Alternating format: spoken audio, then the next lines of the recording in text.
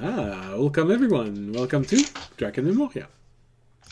So, for those of you who might be wondering what this is, well, it's about Dungeons and Dragons.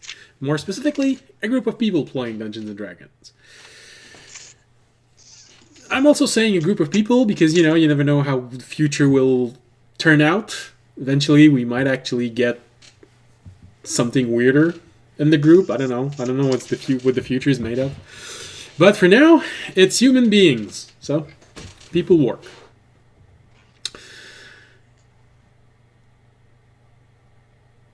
Yeah, I don't know. It's just I lost my train of thought. All right, so let's get back on it. So, for those of you who might not be hoping for Dungeons and Dragons tonight, and you're still there, well, sorry, you're either getting initiated to Dungeons and Dragons, or you have background noise. For everyone else, those who actually are here because you watched us before, because someone told you that it was a decent channel, maybe not the best one, but something that's kind of fun to look at or maybe to laugh at.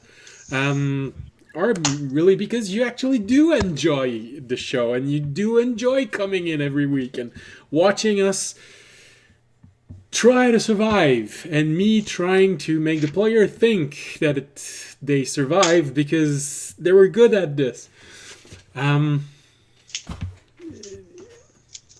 It's a joke from past edition, sorry. Well, for all of you, welcome. It's a pleasure to have you with us. So I hope you had enough time to get something to eat, something to drink, something to be patient if you're in neither of those. And let's get started. As always, I'm going to take just a moment to, in case some of them are already there, because I think their stream ended early today. People from Chaotic Calling who might be there. So if you're wondering what this is, Chaotic Calling is another D&D channel. They also do streaming, and one of their stream usually ends a few minutes in half an hour inside of ours, and they come and visit us after. So if you're interested, there is a link below.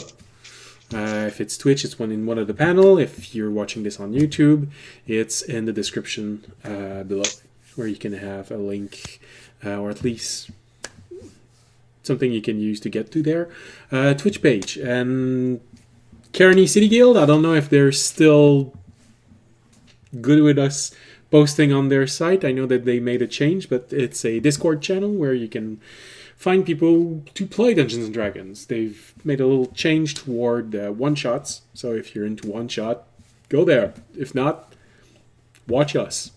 Sorry. So, again, description, same place, below the window.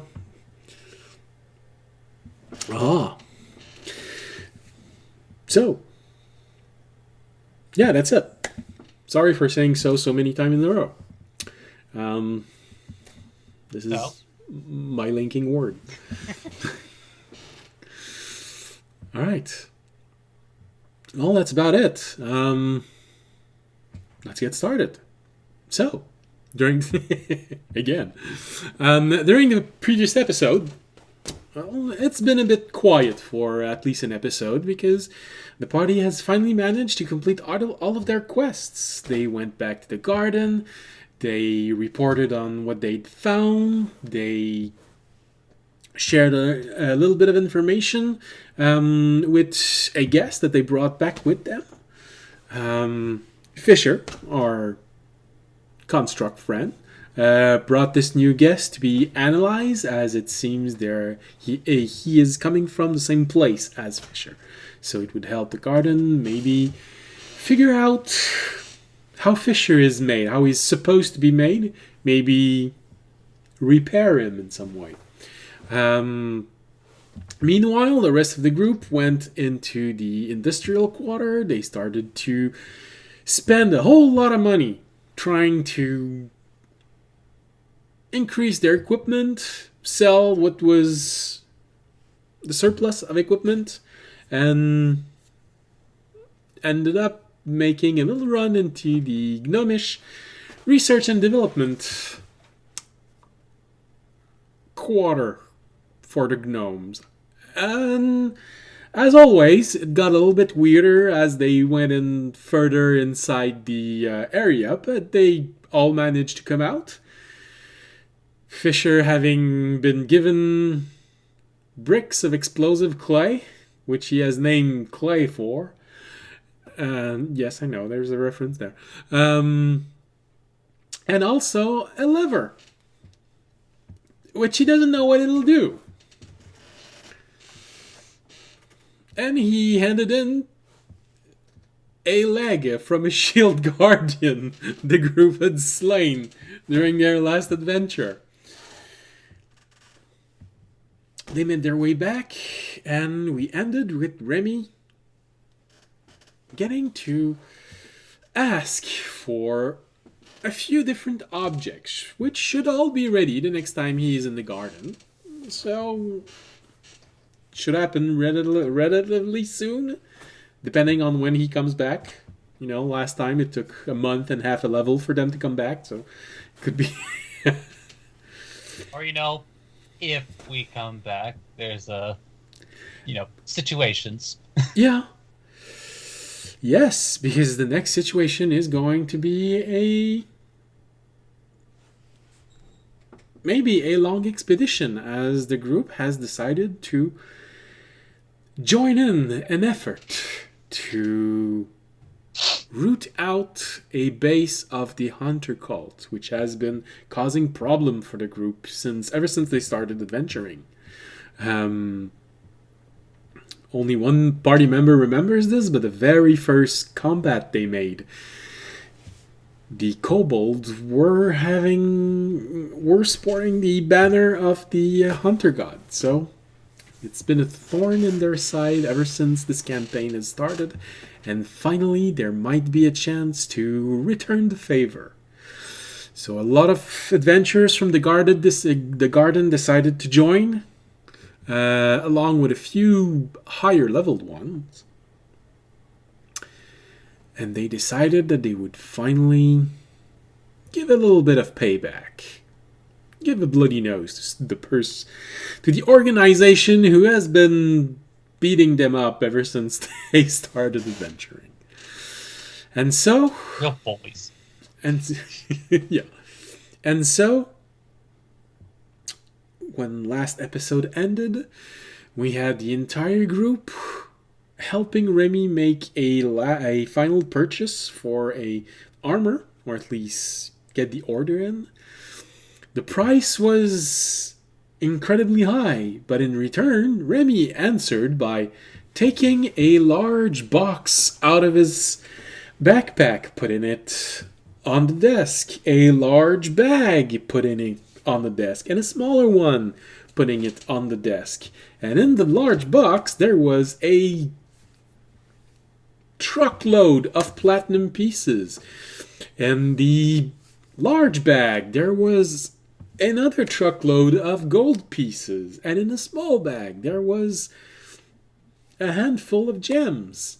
All of which Remy just gently pushed toward the gnome, who took the order as everyone looked at this fortune just being pushed right under their nose. And this is where we all go back inside. So, Jorg, audience, Fisher, and Remy, what do you do? As Remy is pushing this vast amount of money for an armor to be made. Where did that come from? I've never seen that much money. Quite literally. You can find money anywhere, Remy. You just found that? That was full of platinum, huh? The box was full of platinum piece, the bag gold piece, and the small bag gems. Damn. You must have been doing this for a while.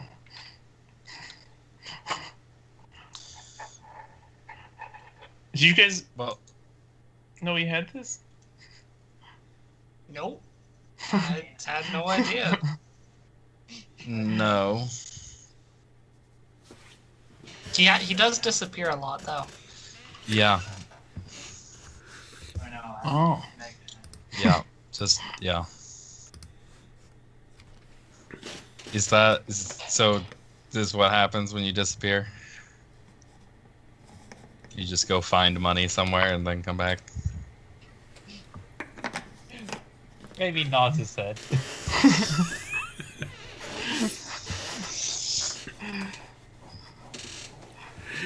He nods with a grin on his face.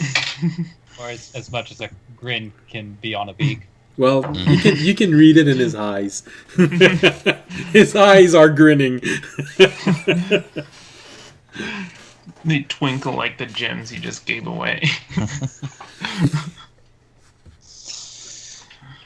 Yeah, am I reading this? Technically, you have a passive stealth of 18? Or 20? Technically, it's 20 now. 20, yeah. When you're walking in the corridors or in the hallways, you hear audience, you hear Fisher, you hear Jorg a little bit. No, you're not hearing Remy walk. Not anymore. Yeah, like, definitely if nobody stops him to ask more questions, Raimi just starts walking past, almost passes by audience, then opens up audience's hand, puts something in it, wraps his hand back around it, and then walks out of the store. What did he hand me? I'll look at it. It's a gem worth 50 gold. Oh.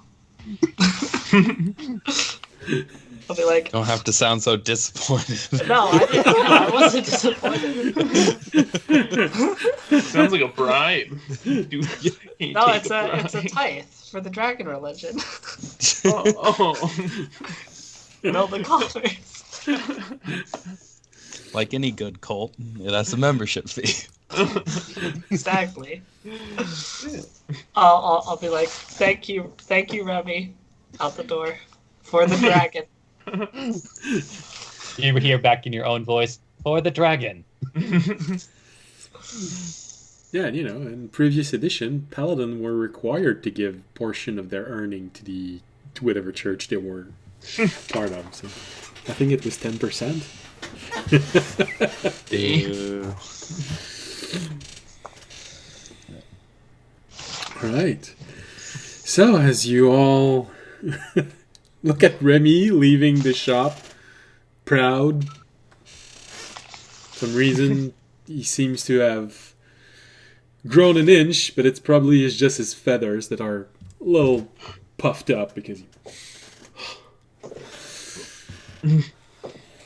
Fish are rolling damage. Who you attacking? it's his own mind. He Taking can't vote. psychic damage. Oh no, money! It's just so. Still weird to me that there's the running.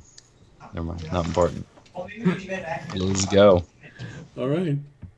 So, you all gather up outside of the store and you go. Where exactly? It's the end of the day. You could probably. Last episode, the audience suggested that you all just sleep for the night here and then leave in the morning, which made Remy wince for a moment because he wanted to do something.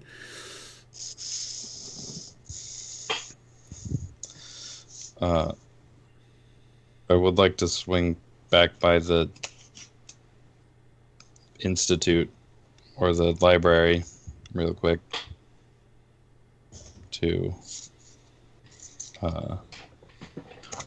see how the tests are going. Okay. Jorg, You just following, or are you going toward the end, or same question applies to Remy, I'd say.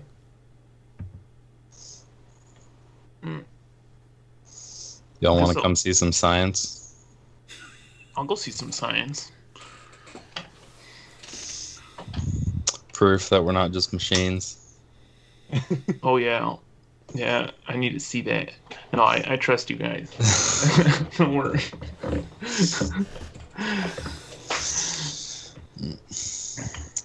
Yeah, head out. All right. Remy, you following, or are you going back to the inn of the garden? Or maybe you'd like to go there to prepare for something else. Oh yeah, I should Remy probably would want to go there real quick. Okay. So, apparently everyone just joins in and starts walking toward the knowledge quarter of the garden. It takes you maybe half an hour by going, since it's the next one in the outer ring of the garden. It's faster to just walk with inside the hallways that aren't in the arboretum. So it takes about half an hour to get out of the knowledge quarter, of the industrial quarter, and enter the knowledge quarter and get to the center of it. Where, as you are arriving, you do see something you get to see a lot less of. Remy, you might have actually seen a few moments like this in your past, where more intricate arcane things were performed around you. So as you're arriving, Fisher takes you to this large place that is roughly at the center of the knowledge quarter. As you walk in, you go by a lot of bookshelves. For you, Fisher, who's been there quite a few times, the bookshelf seems to be slowly filling up. It's not as completely vacant as it was before. There's starting to be quite a lot of few tomes on a variety of subjects.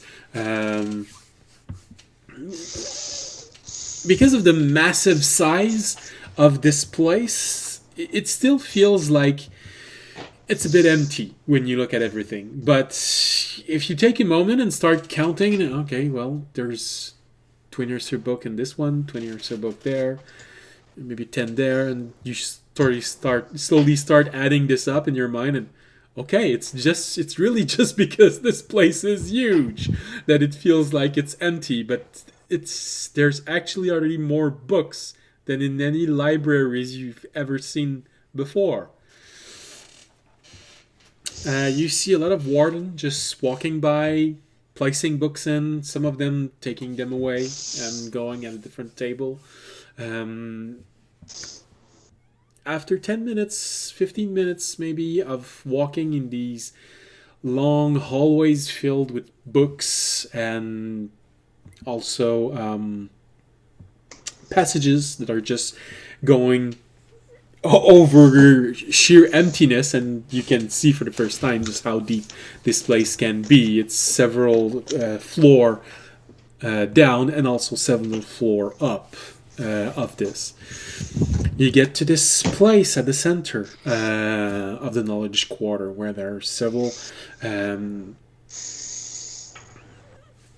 sort of bridge hanging out and going to the center place where you see a chair, you see Civ and Krill, or well, you just see Civ, but you assume Krill is inside Civ. Civ is just sitting on the chair, and right next to Civ you see Tayag, who is currently in the process of examining a whole lot of weird stuff happening around these chairs. You see large pattern, round geometrical pattern of many different type, all just floating there in the air. in every cardinal direction around the chair. Some of them are round, some of them are square, some of them have different shape embedded in one another, and you can see her just touch one in the air, push it slightly lower. You see symbols moving as she moves this shape downward. You see the shape itself change, adopt jagged edges, and then slowly the edges rounded up, and it ends up being a perfect circle just floating about. She changed just a little bit. She changed of form, going in the one that is on the other side of Civ, on his right side, and then starting again, just lowering it just a little bit. As you're approaching, you can just hear, just speak faint word in a language you feels slightly familiar, maybe some sort of common, but also extremely alien in the way that it's made. You can just hear, yeah, okay. She reaches in, takes a symbol, pull on it, and you see the symbol open up, creating new geometrical form around it. Oh, hello. This is very interesting what you brought us. Who? Well, your friend Civ. He's still currently non-operational. I preferred leaving him like this. Just make sure that nothing moves while he's unconscious. I don't want to disturb pieces of this enchantment, which maybe would move while he's conscious. Is there anything I can do here? I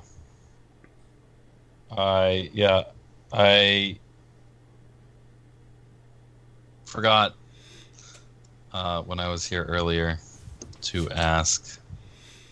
I mean, you seem kind of preoccupied with this, but that thing you did with Krill, Yes. where you were able to, I don't know, have everybody talk to it. Okay. Did you do that for something else for me? Maybe I can try. I'll take out Terry. Okay. Okay. She pushes one of the geometrical shape that appear right next to her. Just, all right. Let's see. And she just touches one of the shape, and you see all of the shape starts moving around Civ, changing pattern, new shapes, new writing appearing, new letters glyphed, and all of these patterns. All right, it's gonna do its things. Well, I'll try to do this. All right, so let's see. What is this creature you have? So you open the box. Oh, okay. Oh, already there's something very alien about it. Yeah. All right. So, what exactly do you want? Me? Yes. I want to know what it is. First of all. Oh, I guess something could be And done then, with this. I guess, what it wants and what it can do. Because, first, well, it came to be. It grew out of me somehow after I drank a weird potion made by a gnome up in the R&D lab. And it seems to it does need to breathe. It drinks water. It eats or drinks juice, I think. And in our most recent encounter with a acolyte of the hunter god, they said that it could see them when they were spying on us. Whatever that means. Okay. Well, alright, so there's definitely intelligence in this. Let me see. She turns around, opens her robe. You see sort of a pocket, which is a bit weird. She seems to be wearing the same kind of robes as the other wardens, but she simply unfolds part of her robe, and it does feel like there was a cloak skin tight around this robe for some reason, but it makes for a nice place to put a lot of things, like the way you would open a coat, but you can't see where she actually reached in to get this. She just did, and alright. You see a few instruments. She takes one. It's a bit of a long one. Alright, let's see. She places it upward, facing Terry. She lets it go, and you just see it float around. She takes a little ball, seems to be made out of glass, and puts it right next to Terry. And let the ball start to float.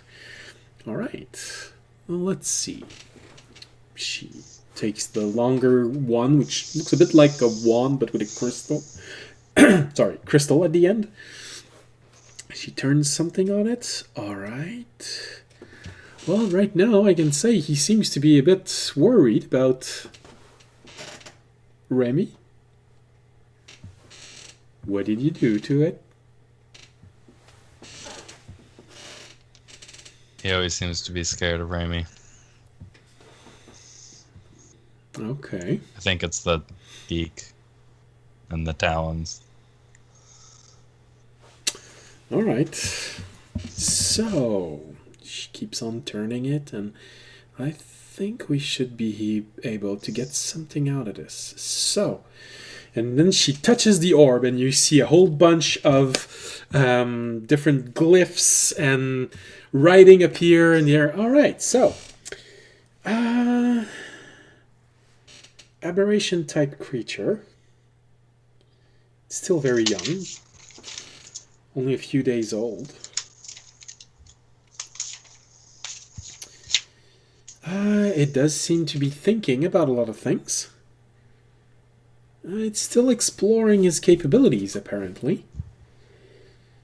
It is afraid of you, Remy. Something about continuously menacing it with weapon-like appendages.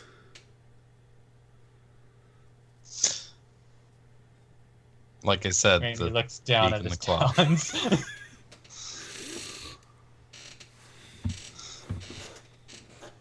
Yeah. Can you convey that that's just how he is, and he's not threatening?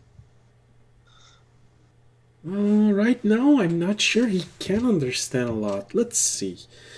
She presses on the orb, and you hear the orb go through a whole slew of sound, and eventually it just stops on one, and you see Terry reacting to it, and it's sort of a guttural sound that's being emitted. Alright, well, that would explain, of course, he doesn't have any eyes.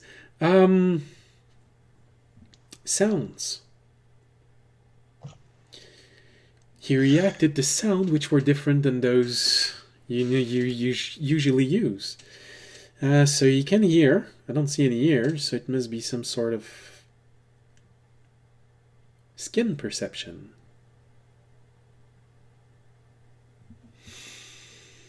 He can feel vibrations.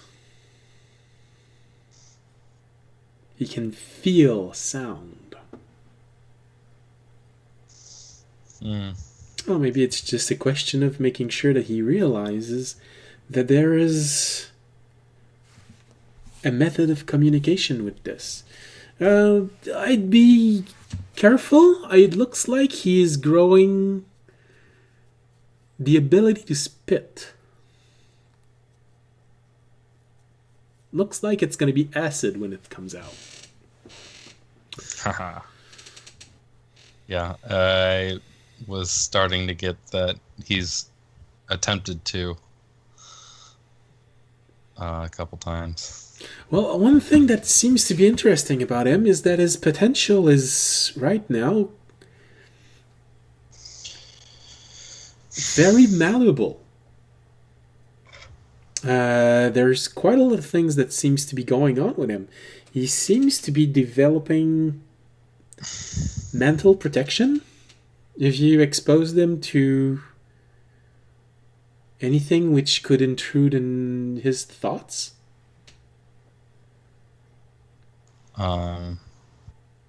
His thoughts? I don't think so. A couple of elemental traps on accident, but Okay. Well, whatever you're going to expose him to, he seems to be able to respond to those things. Sometime in good ways, sometime in bad ways. You'll have to see and hope for the best. Right now, I think he believes that a box is his personal small realm. that's kind of what I put him in Okay. to keep it apparently safe. he feels safe for now in there. Any idea how fast he's going to grow out of it? Don't know. It depends. He might feel very safe in there for a long time if you don't expose him to too much danger. His skin is getting a little thicker, so maybe you expose them to a few bruises. Maybe you should try and get a padded box. Sorry. Mm-hmm. A little bit of fright also. I get the feeling he's going to develop a whole lot of mental protection. But for now, that's about it. Apparently he's trying to communicate. He just doesn't know how. Let's see if we can get something out of his thoughts. And she touches the orb, retouches the wand, and...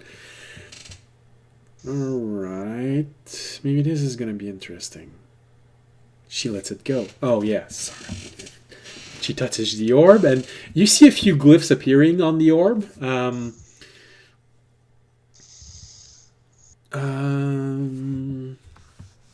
What ritual casting does Raimi have? Oh, what Raimi has access to? Yeah. Detect magic, comprehend languages, find familiar, and identify. Okay. Presently. So you would recognize the series of glyph that appears on it. It's detect language, but it's slightly more complex. So you're guessing maybe something very similar, but a bit higher up in level. Let's see if we can't get a glimpse of what he's thinking. And then you hear a very faint voice. Why is everyone looking at me right now? I can see the creature with all of his armament looking at me again. I'm hoping that giant being who's been carrying me is keeping him at bay for now. There's the one that smells like the tree, like the large being. So this means it's working? Well, it means that you can hear what he's saying. It doesn't mean that he can understand you. Ah. Huh. That's kind of cool. Apparently you smell like the woods. Yeah, I would imagine I do. What you smell like metal. He I didn't guess that's say fair that, enough. did he? No, Okay. you just said the one that carries him, which is a little I don't know. detached. I don't know what's going on. Why am I here on a table? Let's see if I can. Where is my box? Let's see if I can do this right. And he starts looking at you, Fisher, and just looks at you. Why am I here? I'm gonna crouch down next to the side of the table so he's at like eye level. Oh, that's new. You're here so I can figure out everything about you.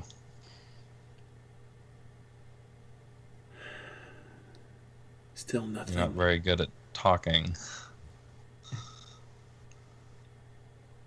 Well, I tried. I don't think he can understand me. Maybe it's just me. Maybe I'm not good enough. Maybe I'm not intelligent enough. Maybe he's just so much smarter than me that he can barely figure out that I'm speaking. Maybe it's the other way around. I don't know. You just see him just bend down just a little bit more, and I don't know. Hey, we got the large one. One that's as wide as he's tall.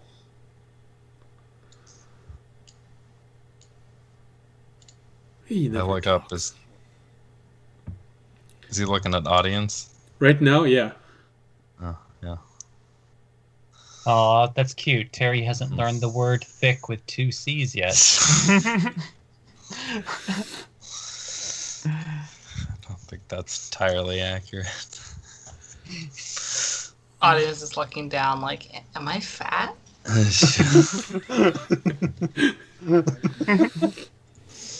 I mean, I wasn't gonna say anything, but like I'm made of metal and stone, and you're heavier than I am. I was like, I'm big boned, okay? Damn, a worm Right. 2-inch long made audience Like- self-conscious. And like Randy quickly like runs up and like starts like doing muscle poses. Like Oh dear, he's at it again.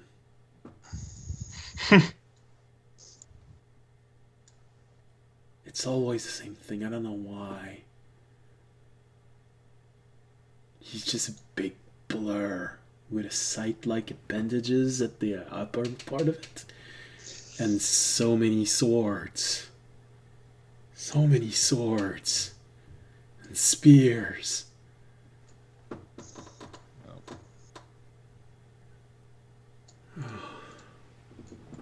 Well, as long as the tall one is here, I think I'm safe. I hope.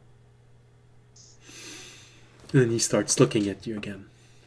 Alright, well, maybe I he's... sort of imagine I will. like 2 blows to audience's self-esteem. Like Yeah. Raimi being the most threatening one to this tiny worm-like creature. Not the big dragonborn that's as tall as he is wide, But to but him, the small bird person. being really tall and being taller than that, or being like 5 foot and 6 foot, is like unnoticeable from that perspective. From that Okay. angle, Yeah. it's like you're looking up, so so don't worry. it's If less. he was bigger, I'm gonna say to audience, don't worry, audience. If he was bigger, he'd be more threatened by you. I mean, I'm okay that he's not threatened by me. He's not even on my radars, so, Yeah.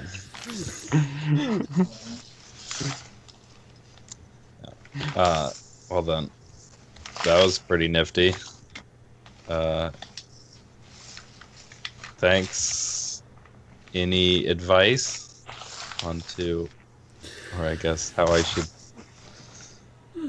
Well, encourage its growth? Well, she tunes again the wand, and you stop hearing Terry's thoughts. And well, apparently he reacts to things that happened. If I'm seeing his physical evolution right, he's been exposed to mentally intrusive abilities, which is forcing him to develop mental protections. I'd say learning to spit acid. I don't know where exactly that comes from, but I feel like it's a bit of a weird evolution. Certain, I'm getting the impression that he realizes that he had something that was acidic inside of him, and then he got scared of something later on and tried to spit some out, and then realized that it could be done. So now he's trying to learn how to spit it at a distance. I don't know. Feels like there was a several step in this one.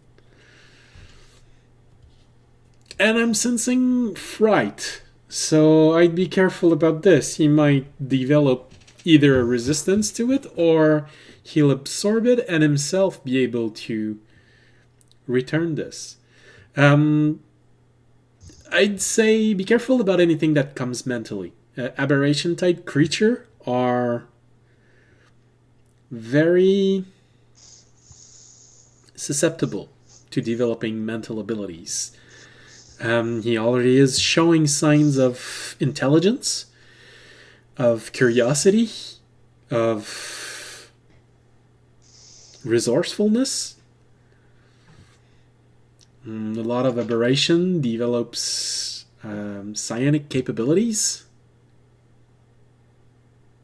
So I'd say just keep going with good intentions. Be mindful of things that happened. If you are in a very big fight, maybe think about putting your backpack down before you enter it.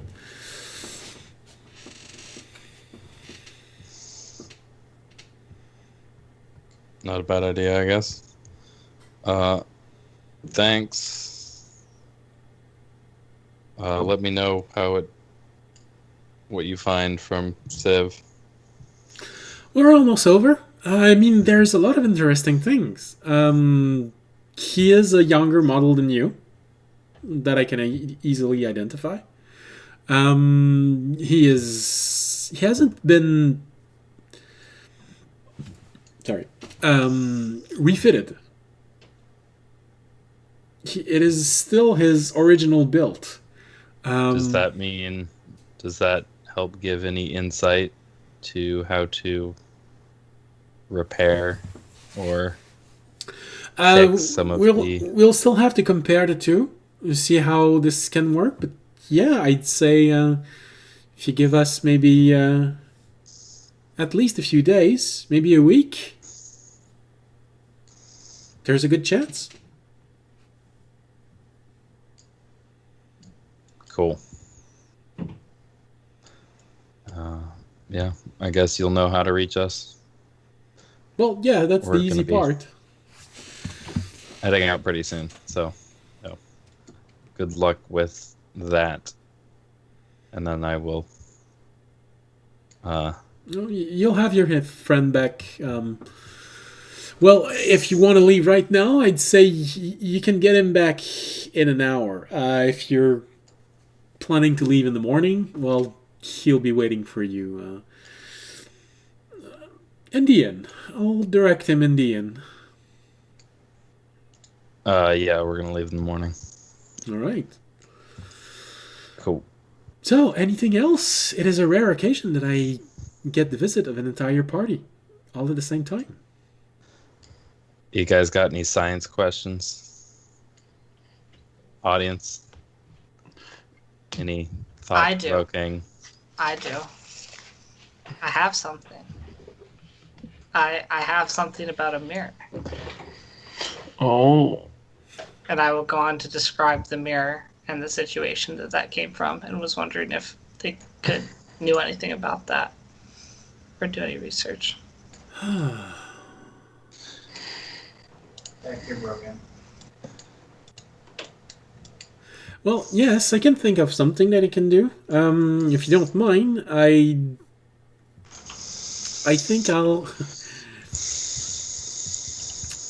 If you don't mind, I'll duplicate part of your memory. Every sensory detail that there is inside of there. I'm going to place it in a little crystal orb. And you'll try and figure out if there's anything else we can see off of this. Okay. Don't worry. Will it hurt? It's not supposed to. Alright. But hey, I can see you have been traveling in the gnomish research and development quarter. And judging from what Fisher said, it's not the first time. Who knows what you might have been exposed, but it's not supposed to hurt. Okay. She opens her robe, takes 2 balls. Alright, so this one here, and one she just pushes upward, and you just see the ball just go up and starts floating. This is going to be the receptacle of your memory, and this one is going to... Well, I'm sure it's not the weirdest thing you've had to do. It's about the size of a marble, and she says, I'm gonna need you to swallow this. Okay. I'll look at it a little worriedly because of... We've seen that one before. Yeah. But I will follow her instructions. Don't worry, it's like swallowing an egg whole. It's slightly disgusting, but it's not gonna harm you. I guess I'll swallow the marble. It's just like she said. It's when you touch the marble, it looks solid, but the moment that you put it in your mouth, you sort of feel it becoming slimy a bit, and it just slides right in, but it feels like trying to swallow a raw egg. So it's a little bit disgusting going down and... He especially bought this. All right. Well, since you are going to be doing this tomorrow, it's easier if you wait tomorrow for this, for the result. The information is gonna be copied while you sleep, and just give it back to one of the wardens as soon as you wake up. She takes the ball that's floating and she hands it to you. It's painless. You might have a few nostalgic dreams, but other than that, don't worry about it. Okay. It's going to essentially copy everything that you have experienced. You might not be aware of this, but a lot more information is recorded inside of a person's mind than what you normally have access to. So there are going to be information about the kind of arcane energy you were subjected to, emotions that you lived, things that you would have perceived but maybe not have perceived it consciously.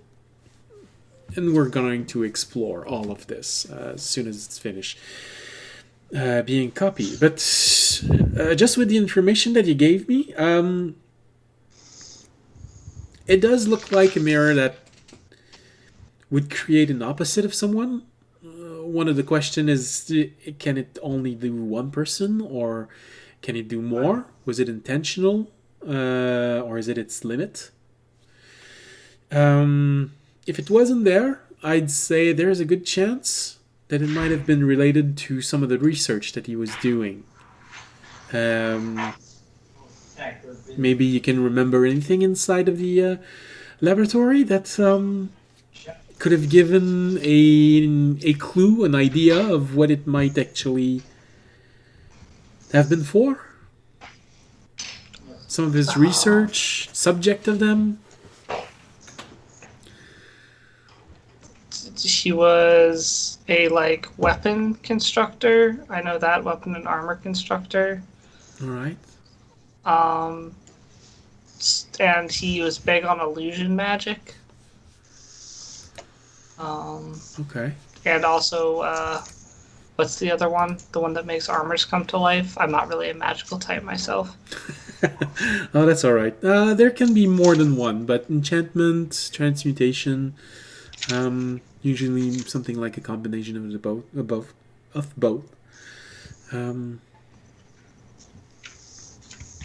Okay. Anything else? Maybe No, something he was working on. I'll turn to the other two. Does anyone else remember what his note said, or anything else he was working on? I mean, he had. Maybe he's just going to sigh and reach into his bag and pull out a book and hand Magic it to her. circle.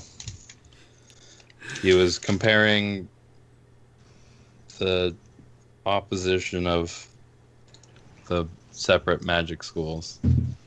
Oh, okay. Well, it's not a concept that we've seen a lot in your world, but in others. And what's this, Remy? She takes the book from you and opened it. Oh yes. Well, that is quite an extensive work on it. So I didn't know that your world actually No, not here. knew about these researches. Well, that's interesting. Oppositions. She goes through a few pages. She looks at it. Okay. She looks at you, Remy. Mind if I copy this? Gives her a talent up. Okay. She looks around. She takes a whole bunch of pages, puts them on the desk. And Fisher, this is something you have seen, but you see her start gesturing. It's, Remy, you're very used to this. It's some sort of ritual casting. It takes quite a few minutes. But eventually she finishes and you see the book opens to its first page and you see all of the pages starting to flip on their own. And you see all of the writing go up, mix in the air, and then they all go down inside the pages that are on the table next to her. And they just start flipping also. One thing that you do realize is that as this is going on, the information is recategorized and more efficiently written down. It almost feels like it is something that they know about, and they know enough to have already existing terms and words for some of the things that he takes pages to describe. And in the end, when the book closes and all of the last page turns, she hands you back the book and you look at the pages on the table. You look at your book, which basically looks like a phone book with a very thick cover. Hers look like a pamphlet. It's maybe 10 or 15 pages, that's it. And he's just throwing it. Oh, thank you very much. We'll see when you might have come across that is interesting in this. She just takes it just gently and put it inside her robe. Also, Rami, do you want to show her the other thing we found? With the weird glyph on it? Rami reaches back into his bag again and pulls out the in his own brain the frustrating gem. Oh. We found this hidden very well inside a wall.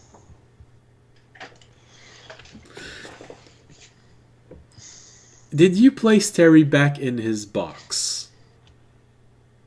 I was going to, but I hadn't yet. So he is still on a small table. Yeah. The moment that you take the gem out, you see Terry stare at the gem. Also, he seems to be very interested in it. Yes, I can see. She tries to take the gem from you, Remy. Do you let her take it? There's a little bit of resistance, but he eventually lets her have it. She gives you a big smile, which would make a persuasion of nearly 27. With the 27... You know what? She has pretty eyes, and just like he kind of like looked into them, and before he realized that the gem was not in his hand. All right. So she moves the gem slowly and look at Terry looking at it. Moves it again on the other side. You see that Terry is really intently looking at it. Well, that's interesting. Well, let's see. I guess we need something more substantial to identify this. Let's see if this will work. And she closes her eyes. And this doesn't feel like mage casting. It feels like priest casting, the way that she's doing this. But it's something that you have no clue what it is. And it feels a lot more powerful than anything you have been in contact with. She casts Woman. You see an impulse of energy coming out of her hand, and it goes directly in the gem. And well, that is an interesting and puzzling little thing, huh? Well, not a lot of information came back out of it. It has something to do with aberrations.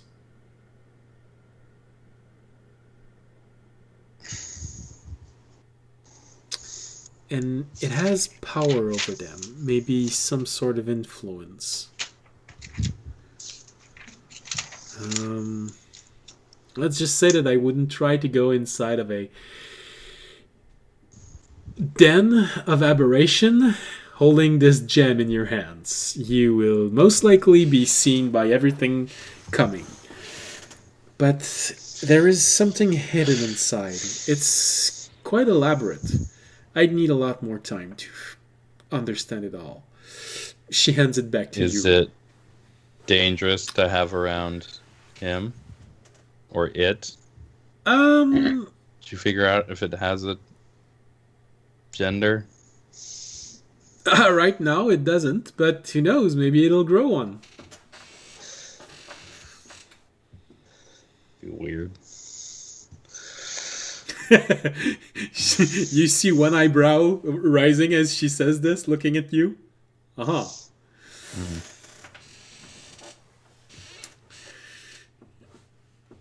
So would that thing be dangerous to have around him? I don't think so. I think it's mostly going to be immediately fascinating for him.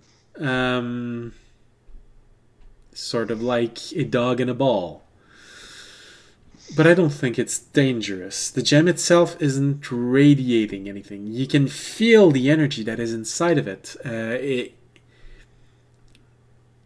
It needs something. As if itself was in flux.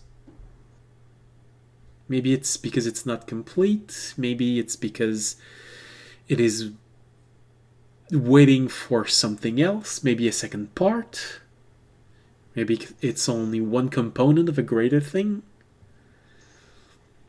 But it feels like it's supposed to be with something else.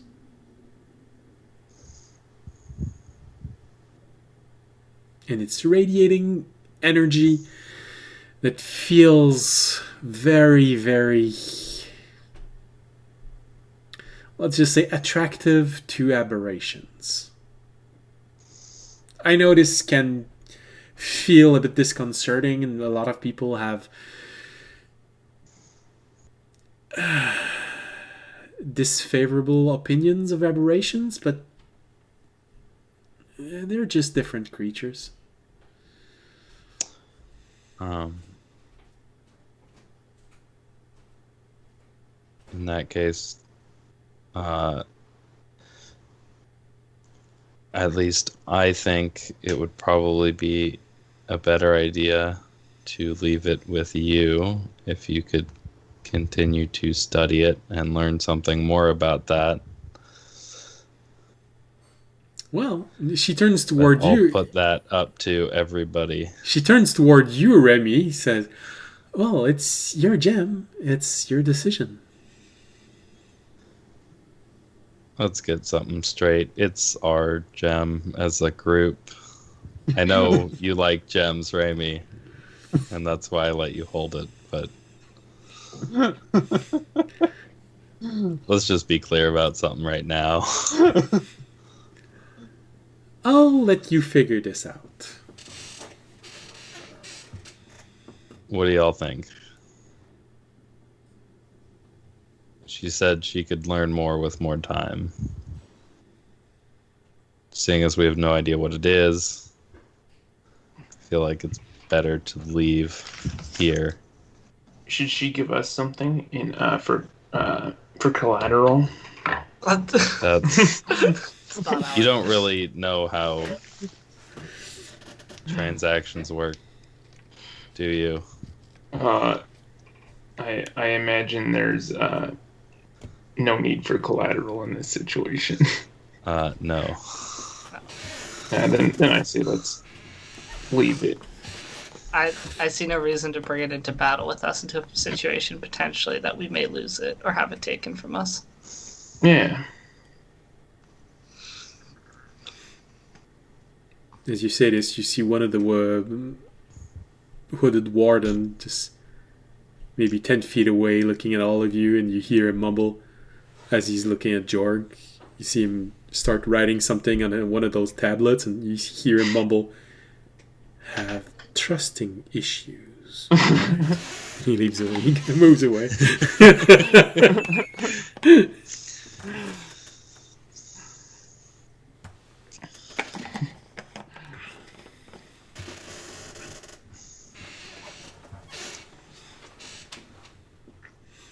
Remy. How's Remy? You don't have to be the one to figure it out.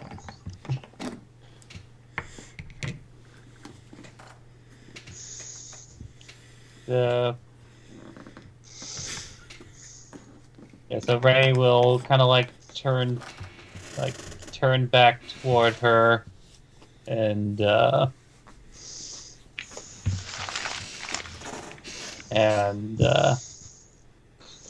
he will kind of present the gem, and in kind of the more more sage-like voice, like some of you are becoming more accustomed to. He'll say, not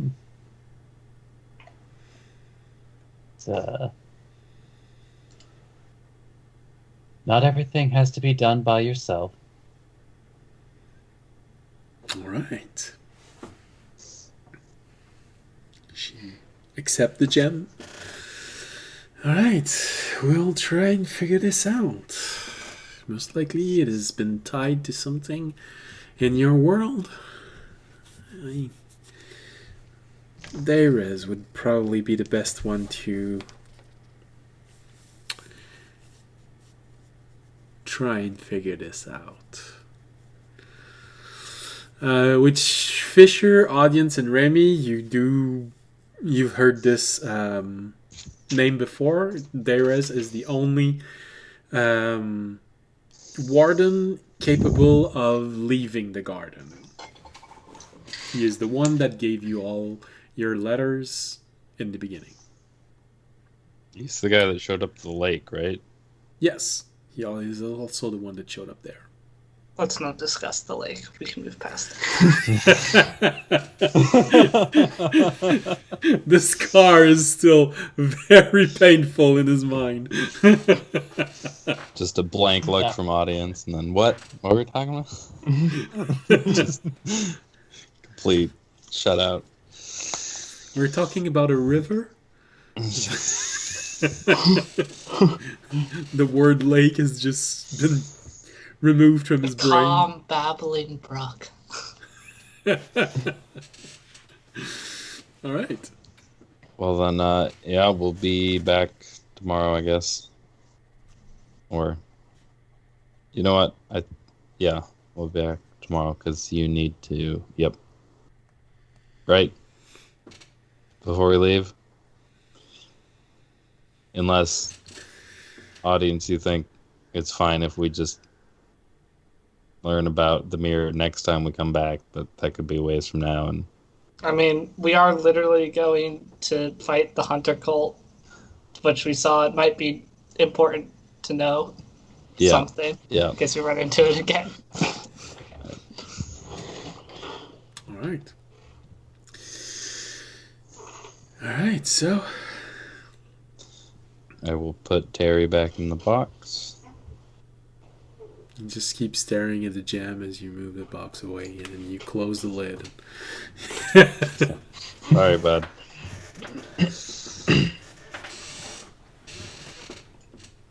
Right. And then I guess we're heading back to the inn.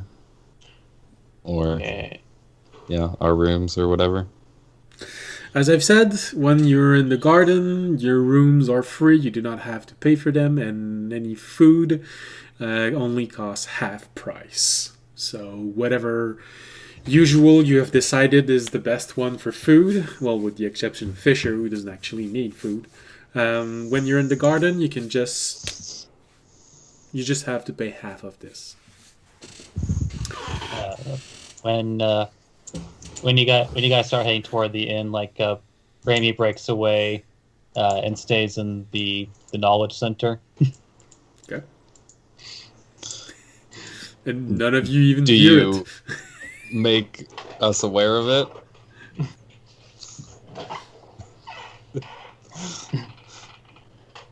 You know, he'll actively not passively stealth as he's doing this. So he clenches out his talon just so that you hear the on the floor as he's walking away in another direction.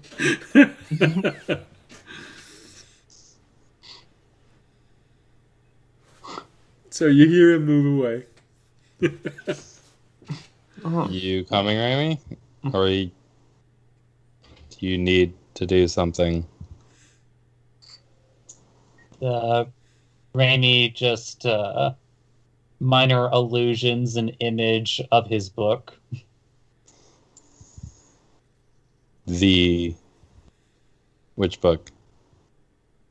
The one you guys probably have seen on several occasions every time you wanted to ritual cast something. Oh, okay.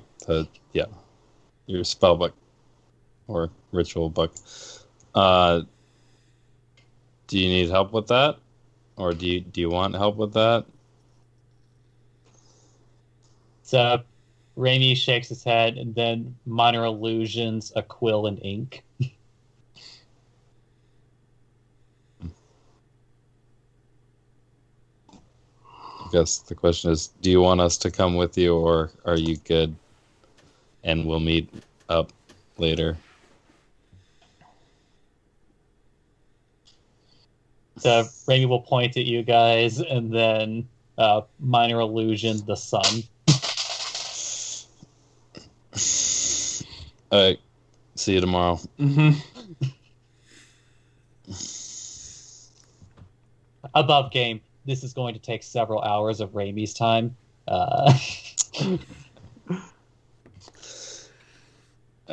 Which is why he is going off by himself to do this. He's going to be working late. Okay. All right. So you all move off. You go to the inn for one last meal. before you go to bed, most likely, unless you want to do something or order something special because you're at the garden. Audience most likely insist on having his spicy jello, so. I do. Although I am a little worried about the fat comment, but I still order the spicy. Well, he said No, thick. you just audience. You just gotta wake up a little earlier.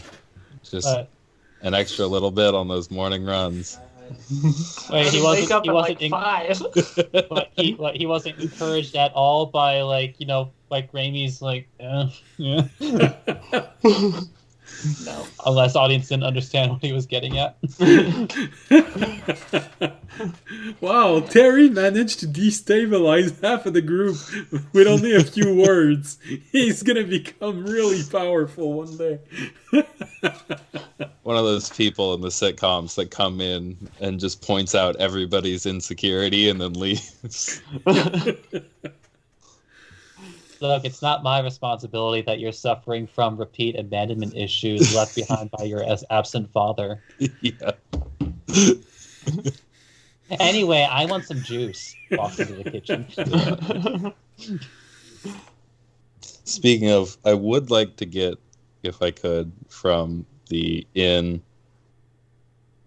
I would like to fill my water skin with, if they have just sugar water or something that I think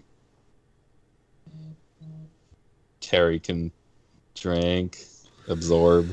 Well, you've seen him crush berries, so apparently he can take something that is very liquid. He did seem to chew on dried bits of fruit mashed with water, so he can absorb quite a few things. But what is his favorite? That's a little bit harder to tell. Mm-hmm. Even when you gave him a chunk of meat, he went for the blood pouring out of it. Mm-hmm. He went for the juice of the meat, so he might even have interest in things that have protein in it. Mm-hmm. Yeah, I'll ask for a... Yeah? some kind of soup or something that won't spoil fast. All right. Something, yeah. Something hearty that will feed something that you're not sure what it's supposed to eat. Yeah. Just kind of cover all the bases if we can. Okay. So, after Jordan, what do creatures need to live? What do things eat? What's a normal diet? For that thing, originally I thought blood, but it seems like berries work. But just in general, right? You know about animals and plants and stuff, right? Yeah, usually a balanced diet is best. So if you can get them different kinds of food and lots of protein. Well, now you know that he's an aberration of some sort. So there's a good chance. There's a good chance that he can digest anything. His acid did digest a lot of things. If he's learning to spit acid, maybe I should get him something acidic to eat. Help him out a bit. He could just eat anything and the acid could deal with it. Huh. You know, I'm just going to go back to my first idea, which was just try and get a we'll just ask for lemonade, basically. Just fill my water skin with lemonade, and that should last him for a while. Okay. And if not, we'll figure it out on the way. No, that works. He can the warden can easily give you something that would work. So basically, lemonade that lasts for a whole lot of time. So probably going to be very sugary because it's going to help preserve the lemonade a little bit longer.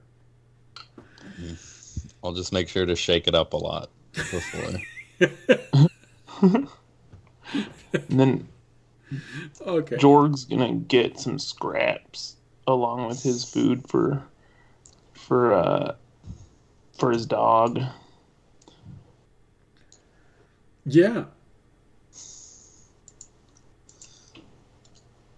You've never seen Remy feed his familiar, but you don't know. Maybe yours is a bit different. So, yeah. I meant to ask that guy while we were there, and then I forgot. Do you know much about these guys? If they eat? Who are you asking right now? Yeah. Oh yeah, audience, I guess, would be more likely to know than Fisher. You know, I do Does my find it, other I do find constructed sentience eat? No, it does not. I do find it just a little bit funny that the druid is asking the non-druid party members what an animal thinks. I mean, I assume it being at least mostly a beast, it enjoys eating, so I'll feed it. I don't know if it needs to eat. Seeing as it's a powerful magical artifact, I don't believe it needs to. But Yeah. But Do my you- suggestion above table is like, what's a thing that a druid can do that many other classes can't? Oh yeah, talk to them. Which I think I actually prepared for this. Do you ask audience to? I didn't remember to prepare speak to animals, so So basically, I'll just, yes, he keep does. talking to it like a puppy for now. Who's a good boy? Throw him little scraps of meat. So the question is, did you actually ask audience? Yes, I kind of just asked it out there to see if either of them would know. But audience, do you know? I guess I should roll an animal handling on that. I don't know if this would count as animal handling. I'm gonna go with no, I don't. Since I rolled a Alright. 5. You rolled a 5. So I'm gonna go no. Honestly, I don't know. Doesn't look like a war animal, so Yeah, we didn't have any dogs in my village growing up, so Yeah. sorry, I don't. you had giant So- lizards, but not dog. Yeah. I'll ask a druid if I see one when we go out. I assume the druids of the garden might know. Well, you don't see a lot of druids of the garden. You've seen Sarn quite a lot, and you know that he's excessively powerful. And also a few not short of a full bag. But he's supposed to meet up with all of you when you... His name was on the list. It was. Hey, Terranad, do you need to feed Packmet? Do you know? Let me see. The avatar of a powerful being which has taken shape has a puppy. I'm gonna go with it's not required, but maybe enjoyed. It's kind of what I figured. Terranad says Yeah. that you probably don't have to, but, you know, it's for can. It's like Okay. it's like trying to talk to a god, you know.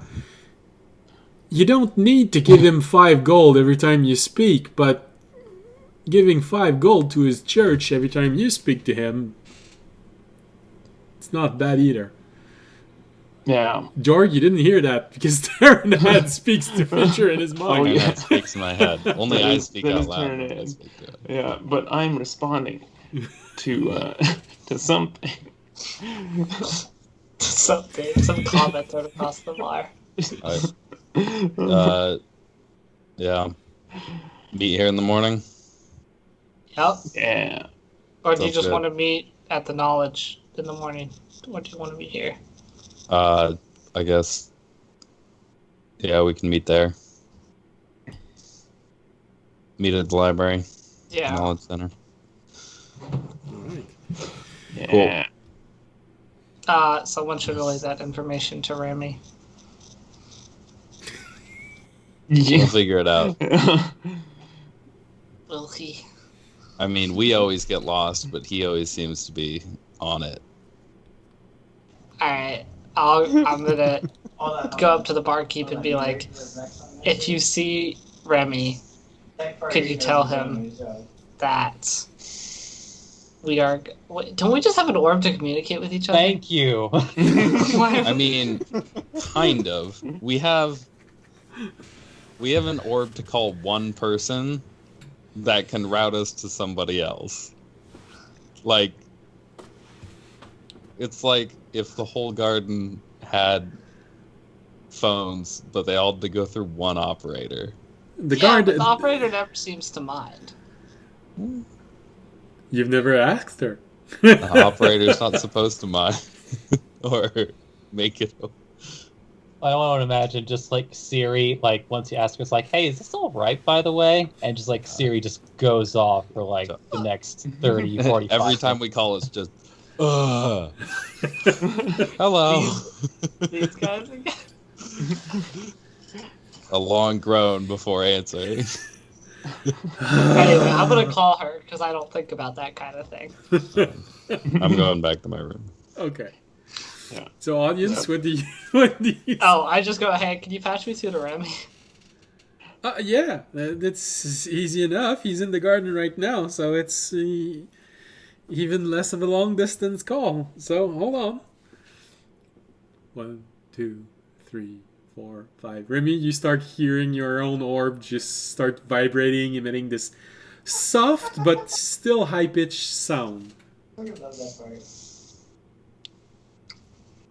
Just Rami putting down the quill, picks up the orb, and answers it. Audience's face appear in the orb.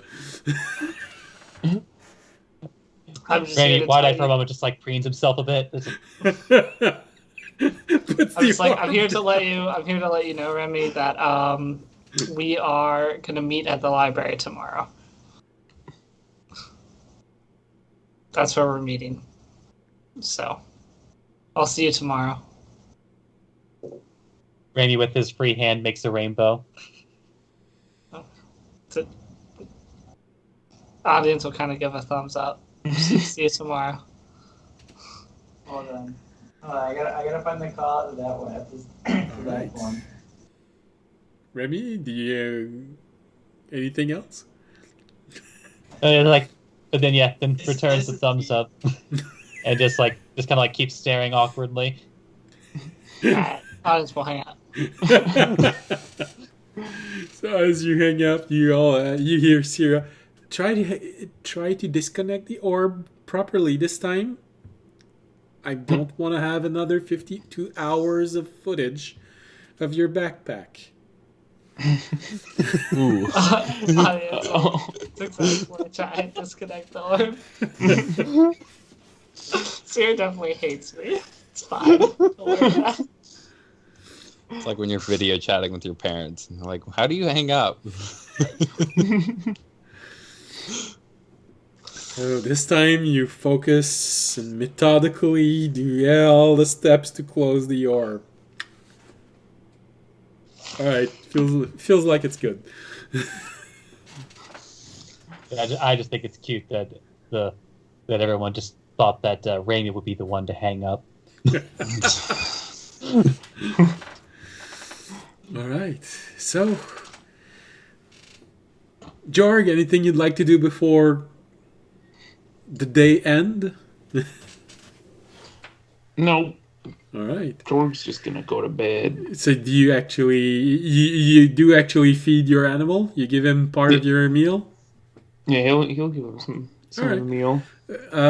So, just as a general question, what exactly do you give him?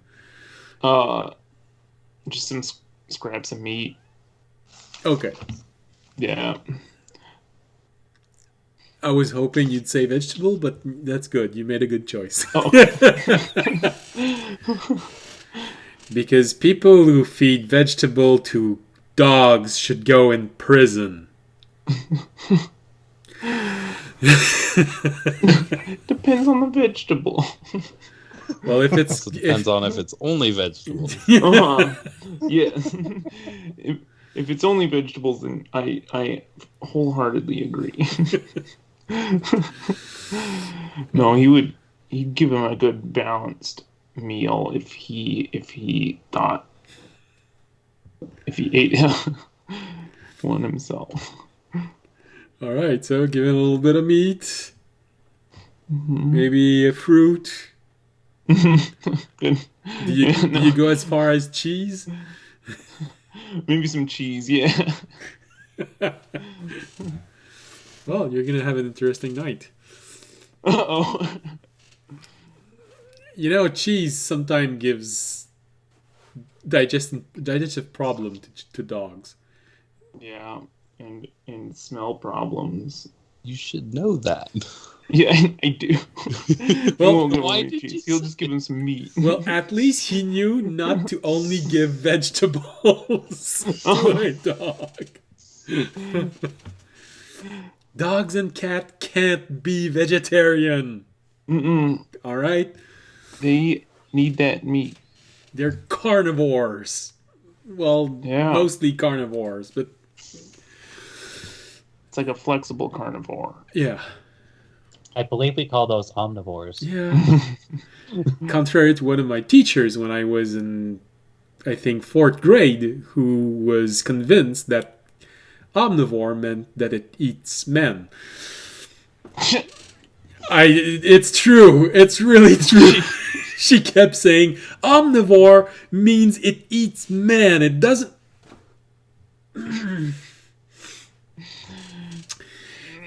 Yeah, that was a teacher. So, all Well, right. guys, I'm proud to announce that I am a very proud omnivore. I knew it was coming. I I was waiting for it. I wasn't going to be the one to say it, but I was waiting for it. All right.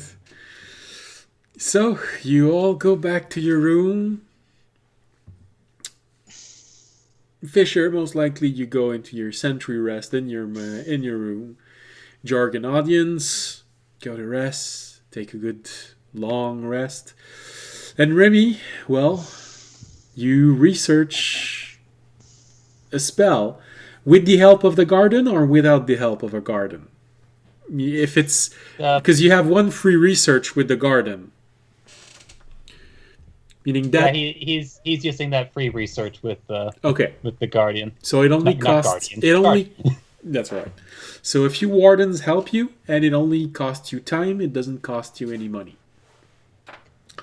So which spell are you adding to your? I know which one you told me, but just for those watching. Yeah. So just So Rainey tirelessly spends the next 6 hours copying Liamon's tiny hut into his little book. Hey. All right. So you finish. We don't have to sleep in the rain anymore, guys. Isn't that great? Hey. which, That is always there. which has happened a few times in the past. All right, so you go through books and you copy bits and pieces of spell. You remember the spell from when you were copying them for your previous employer. And Employer, right? That's the term we're using. Yeah. Okay. So, you are remembering the bits and pieces of the spell. You remember what you were intentionally doing wrong, so that people thought they were actually buying the right scroll, but they weren't. And you correct the mistake. And after 6 hours of research and help from the wardens, you look at the result. You feel proud, and you're pretty sure it's going to work. Since it's also part of the garden and you have received so much help, I am not going to ask you to roll to see if you have learned it. It is part of the gift of the garden, which is basically the same thing as copying a spell from your master, from your master's book of spell. So it is midnight. You don't see anyone up except maybe 1 or 2 gnomes and a lot of wardens. But you have Liamon's tiny hut copied to your ritual book.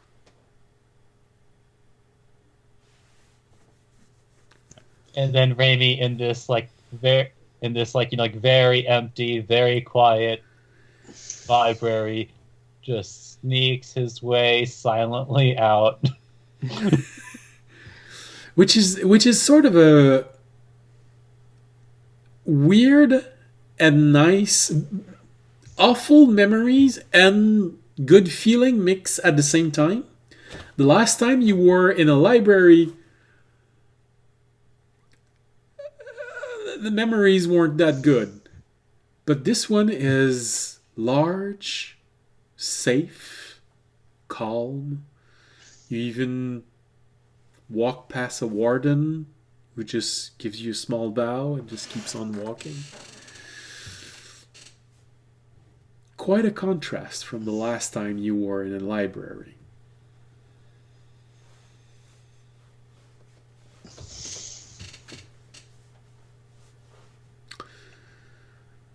-5 trauma points.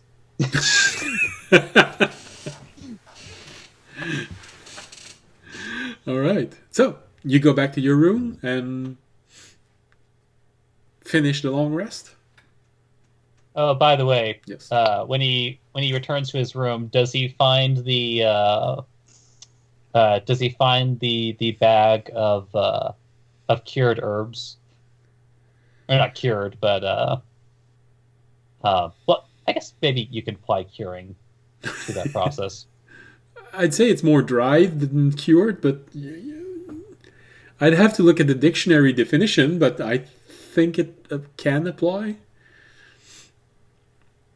But anyway, it's like yes, because yeah. Balthany said that it would be done by the time that he got back. Well, yeah, no. In that case, of course, you even find it neatly wrapped and placed on your desk in your room when you come back. And weirdly with a pink bow, which he accepts. No. Well, maybe not a bow, but a string, pink string. All right. But yes, at that point, he will finish the long rest. All right. Because it'd be awful to wake up tired. Yeah, especially since you're going to be the last one to wake up. Yeah. All right, so you all go to bed. You all take a long rest. Since yes, because we're in the garden yes, and I have my desk here, I wouldn't go into sentry rest. Okay. I'd try and do more research in the mind room thing. All right. Okay. In that case, make a wisdom roll. Please. Well, this one is No. meditation. It's not the wisdom saving throw. It's wisdom roll. So, Yes. Because Yeah, that's so much better. because there's a difference. What? That is a 17. Whoa. You just sit down. You remember seeing a monk cross his legs. So, oh, why not try it? It I don't makes. think they bend that far. they get stuck a little bit. Yeah, that's right. You're not that nimble.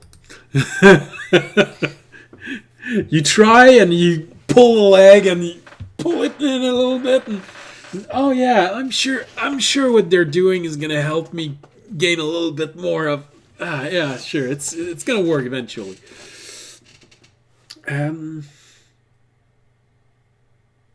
world goes black.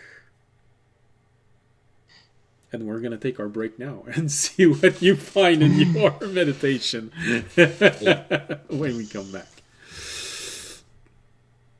All right, so we're going to be back in 10 minutes, so you can all go to the bathroom, take something to eat, to drink, hit follow if you haven't already, and we're going to be back in 10 minutes.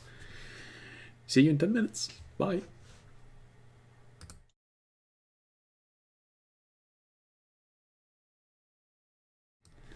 All right, welcome back. So, I hope you all have something to eat, to drink. You've emptied your bladder, your bowels, and you followed. So, let's go back in. So, Fisher, as you fall back into this meditative state, you find the world once again going black, and you open one eye, looking around you, and hey, it worked. You're in this space of yours. As always, you hear the emotionless and less annoying voice of Terranad in your subconscious. Ah, you're back.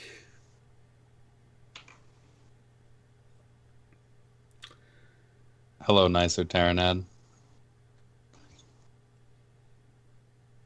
Yes.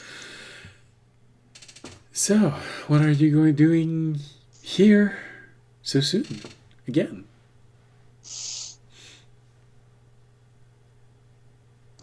I mean, it's my own mind. Yes, I meant I was expecting.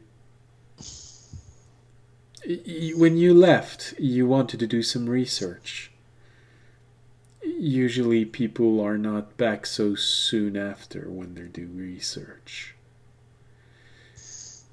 How has your research been going?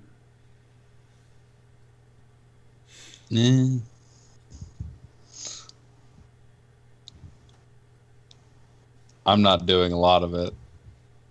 Yes.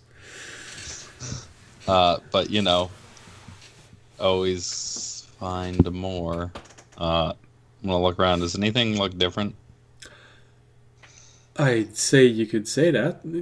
Was that a question to Terranad or a question to me? To you. Okay. You turn around, make a perception roll. This is going to be the low one.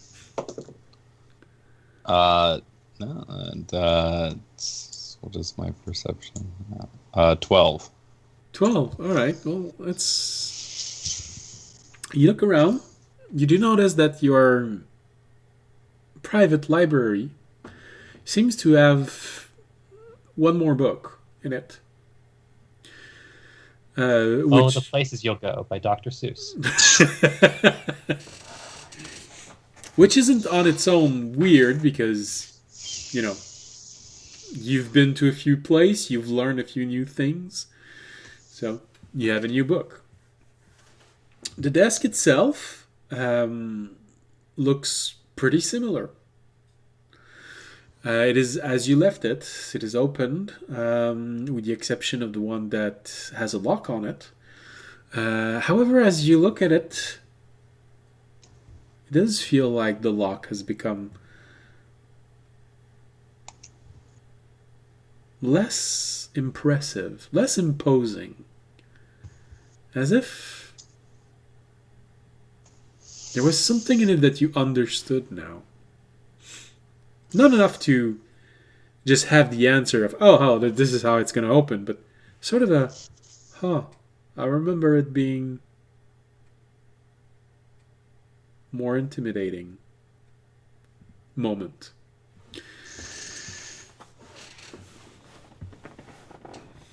I'm going to leave that one alone for now. Okay. On the desk, you do see that there are a few schematics. Same ones that were there before.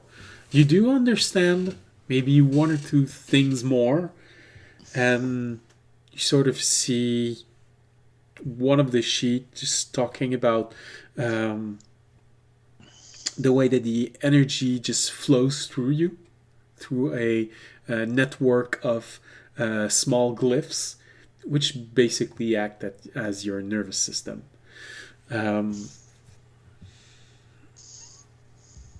But again, that's not new information. You've just learned that. Mm-hmm. Yeah, I guess I'll just focus on the schematics and see if there's anything. I don't remember how much was I able to get last time that I was able to give to. You were able to give a 16 on your die. Right. Yes. Yeah. Basically, I'll just go over those again. All right. And maybe some, or if I can find something like adjacent to it. I'd say it has been long enough, and you have seen and understood enough new things to give it another go. That would be, I'd say, your own schematics. Arcana roll, the DC being your last roll. So roll better than 16, and you might understand something new. I just have to roll over a 10. You squint your eyes a little closer, and you realize there's a faded ink of where there used to be a lever.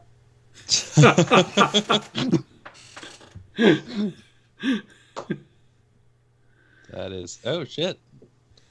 That is a 22. Wow.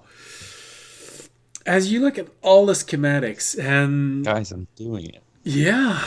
You look at all the schematics, and suddenly you feel inspired by this. You look at everything, and with things that Terranad has told you about how your body exchanges information, and you feel that a few of the things that you saw as Teag was peering inside of Civ's construction,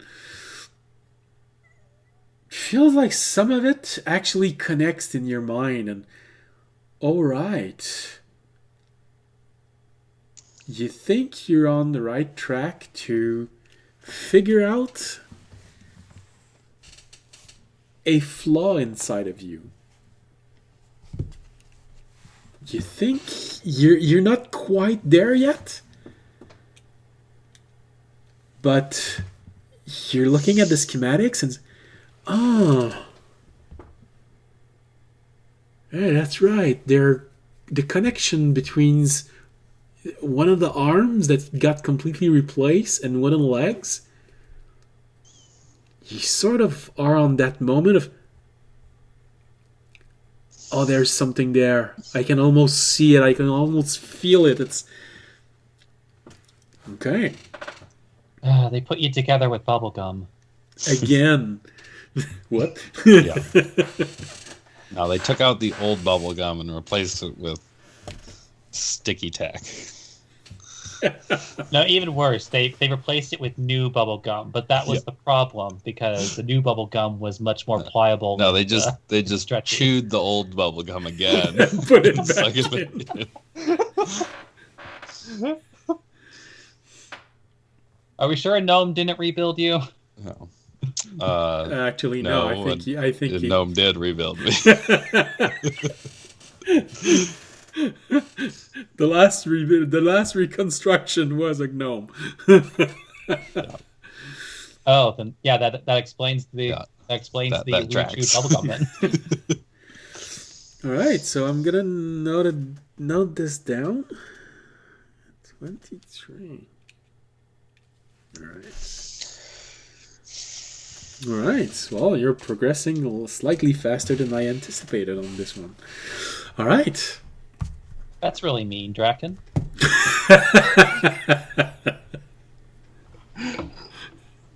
On this one specifically. Yeah, there's more than one in total. Slower on other things. All right. Well, as you finish looking at all of these schematics, you do feel extremely satisfied with this. You've never been able to understand your construction all that well, but right now, as you're looking at this, a lot of it makes more sense. You can even think you're starting to understand the relationship between the exchange of power between you and Terranad. Not enough to help him get more power, but even that, it feels like, wow. I can almost understand why for him it looks so easy to say that you're inadequate. But still, it's just easy. Easier.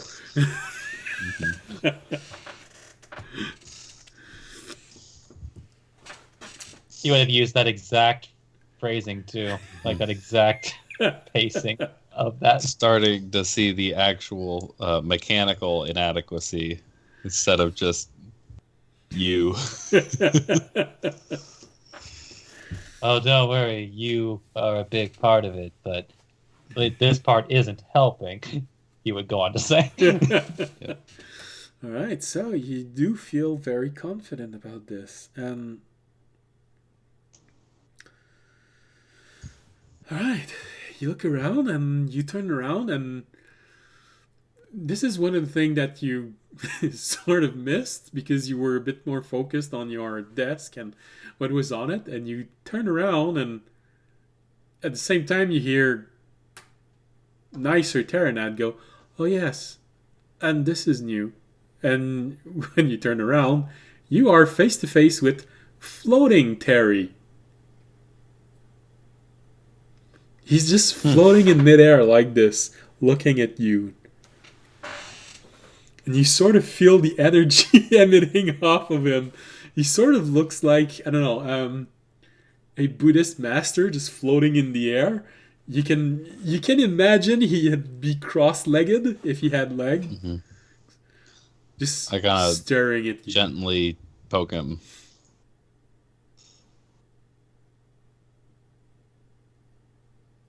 Make a wisdom saving throw for this. That's cocked. Which is too bad. There it is. 0. Oh, jeez. I'm trying to help you, I really am trying.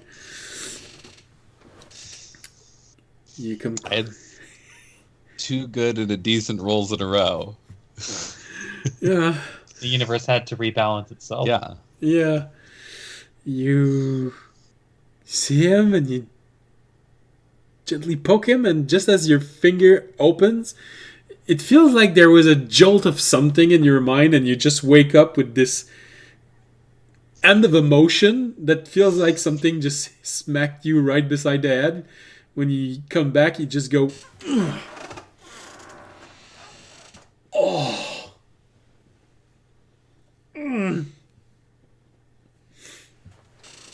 And now you've just learned There's what now it a is to woman have a standing headache. above you with a fish.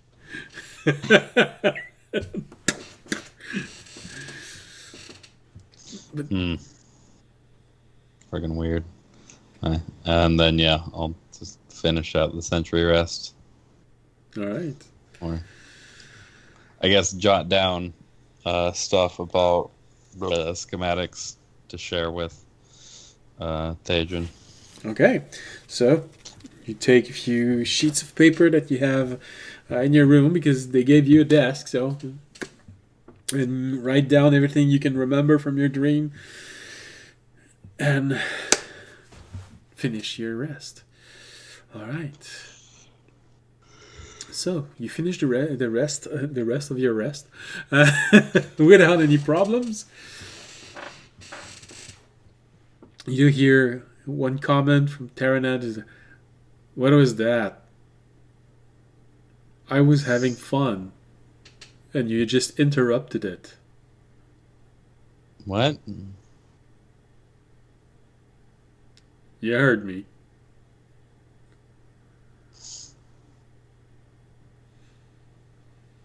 My bad, I guess. Are you gonna elaborate on this? Nope. Figure it out. You're so smart. No, it's not hard to figure out. You're ashamed of it. All right. Gonna leave you to your own little nightly inadequacies.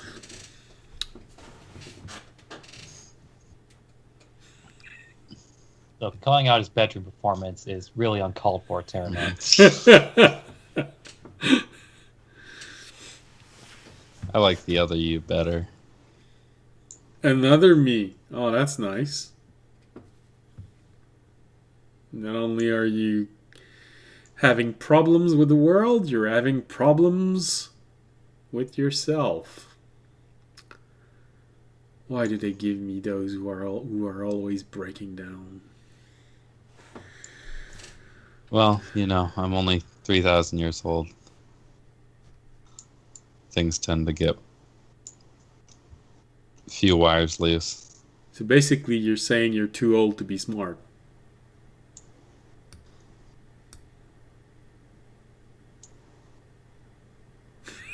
Apparently, the night ends with this.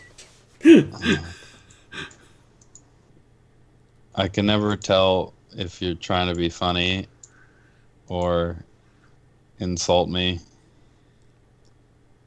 or because they never make any sense.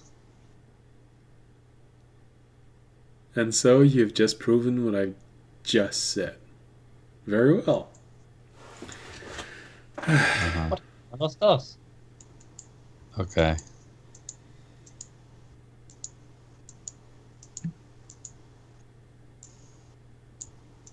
All right. Well, if you're not talking, I don't need to listen to nothing. And he goes on like this. So, anything you'd like to add? Nope. Okay. So, you all finish your rest. You wake up in the morning. Audience, Jorg, and Fisher, you all went to bed fairly early. When you wake up and you get to the inn where you eat, you don't see Remy anywhere. But then again, you told him to meet up in the knowledge quarter. You do find Civ in the inn. Tag told you she would send him there. How'd I go? Well, I was unconscious for most of it. I assume it went well, as nothing bad has happened. Krill did calm down. I guess that is good. Is he always like that? In new surroundings. And you have very intriguing friends.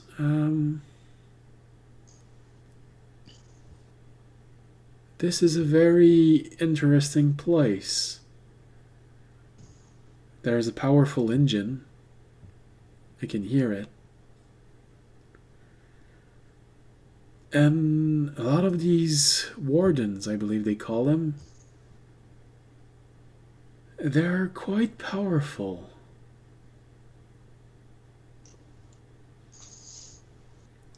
I guess it is reassuring to know that gnomes do not change no matter what realm they come from, although these ones seems to have quite a bit more knowledge than the ones in our world.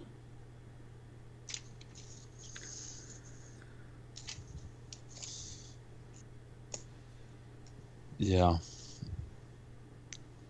Seem to be too smart for their own good sometimes. They would argue that this isn't possible, but I think you're right.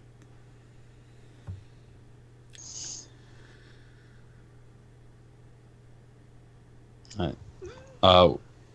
Just gonna meet up with everybody else at the library before we leave to get some finishing Oh yes, of course. reports and stuff. Were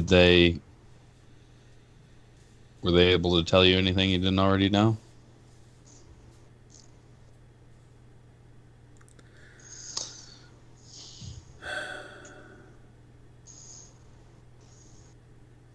Is that private? Actually, it is not. It is not knowledge which grants you understanding that they gave me. It is knowledge which gives you more questions.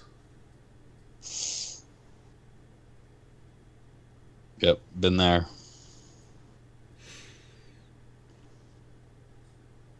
Apparently, for you, it's only been 100 years since this ancient construct have been appearing?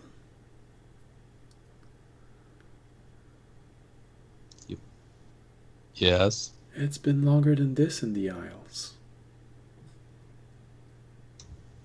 Huh.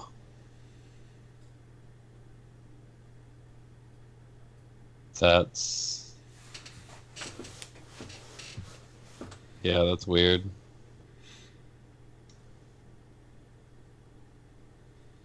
Were you the first to leave? I don't know. I'm the only one that I know of.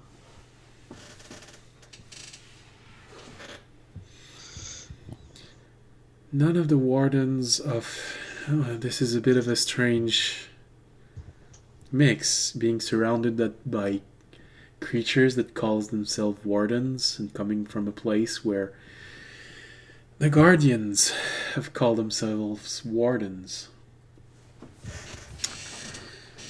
A bit of an unsettling comparison.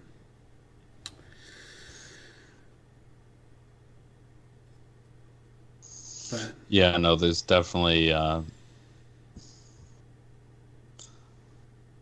there's a lot of history to these people that would probably be nice to know, but they don't share. But they don't seem to be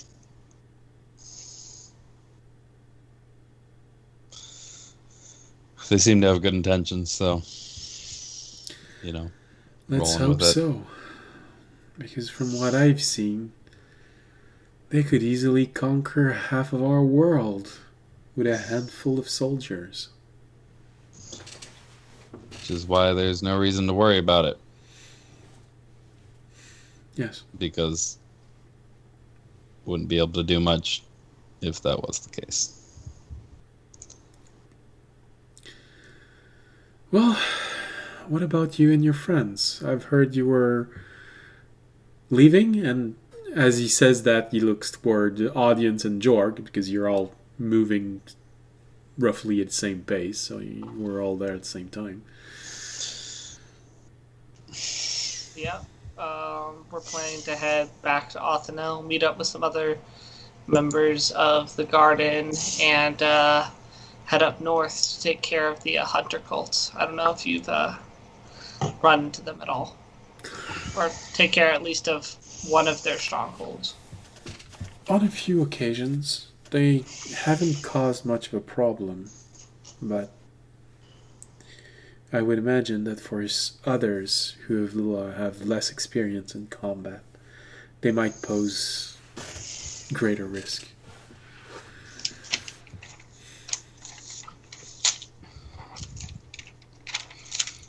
I'll most likely leave the garden with you. I need to go back to Otanel. My research isn't complete, and apparently this small detour has given me even more questions to find an answer to. But the woman that was with me, Tayag, I believe she said her name was, she did give me an orb to contact me. She said that there were a few things they needed to analyze and understand, but they might have use for me. Something about the Isles.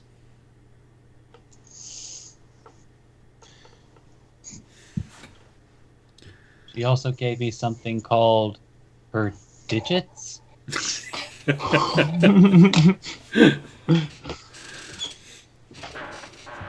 As he says the Isles, you do feel that the word stops a little bit more abruptly than normal.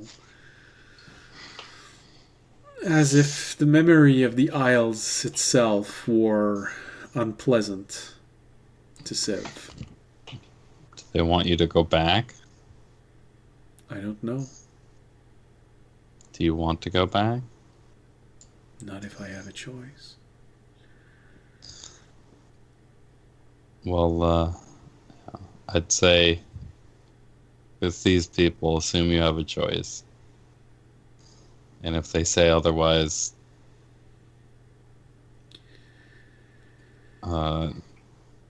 screw them. It is my understanding of this world that even if everyone gives you a choice, you do not always have one. We'll see.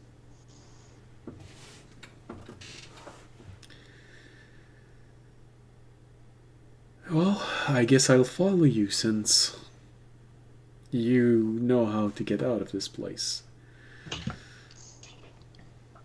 Yeah. So we're heading back to the library first, right? Because we need to talk about the mirror. Well, you don't need to, but yeah, you might have information about the mirror, and you told Remy to meet you there. Yep. Right. I guess we'll head over there. All right, so you make your way back to the library. Do you eat before going there, or do you... You didn't give a time for everyone to meet there, so...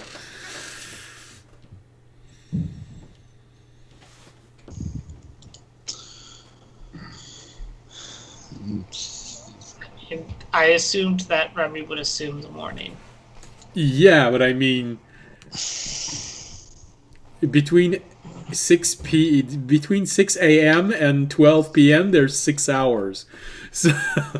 So what I want to know, do you stay in the inn to eat before going to there, or do you want to go to the library and then come back, get your meal, and get out? Probably grab the meal before we leave. Yeah. Okay. Yeah, I'm cool with that. Have they figured out to go yet, or is to go not a thing?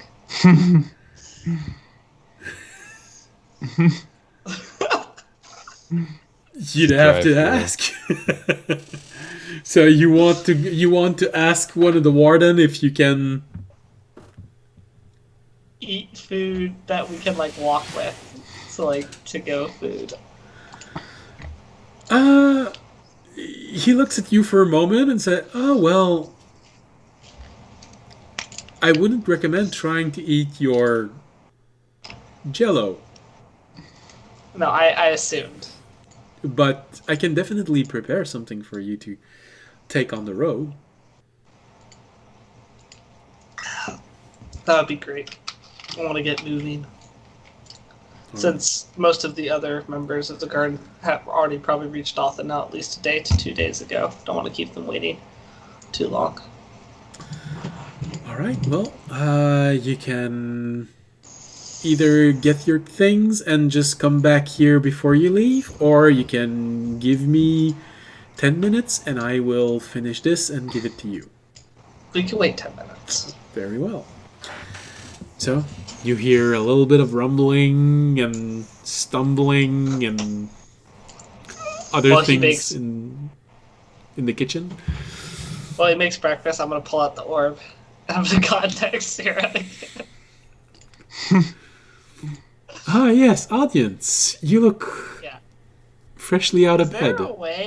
Is there a way to, like, have an orb do, like, an alarm, like a morning alarm?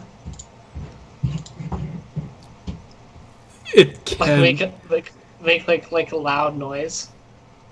Well, you have an orb inside of your room if you're looking for a way to wake up in the morning in your room. But is there a way to have another party member's orb make a loud noise to wake them up?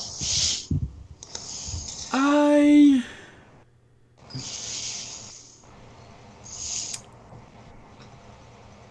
would need consent from this other party member to modify their orb in their room for this. That's unfortunate. I was wondering if you could wake up Remy, but Audience, you just walk to his room and bang on the door. but Sierra doesn't have to be a Movement. part of this. but I'm already here. I mean, there's got to be more important stuff that she could be doing. Right, Sierra? Well, it's relatively quiet for compared to the works that I've had to do. But of course, if you can do something yourself, well, just like gods, it's always preferred. But I can always patch you to his orb. It'll give a sharp, high-pitched noise. Maybe it's enough to wake him. Let's try that. So, yeah. Audience, if he's still asleep, it's because he needed to sleep because he was doing homework last night. Yeah, but we need to go. So he can... All right, Remy. Okay, but you're dealing with the consequences. Remy, I'll have you make a perception roll at disadvantage because you're sleeping right now. Normal die and go with the blue one. Oh, those are still down there. No.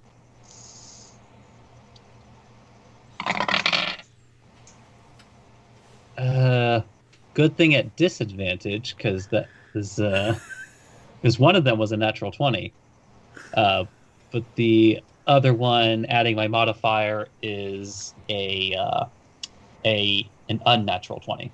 Okay. Oh, good thing you have such a high roll with perceptions. So, I'd say to add flavor to this natural 20 and unnatural 20, it does wake you up. However, it's a bit of a rude awakening, as on your side, it's sort of you're sleeping, and then you hear this noise. It goes on for a moment, and then you just go, what the? And then you realize it's your orb making this sharp noise.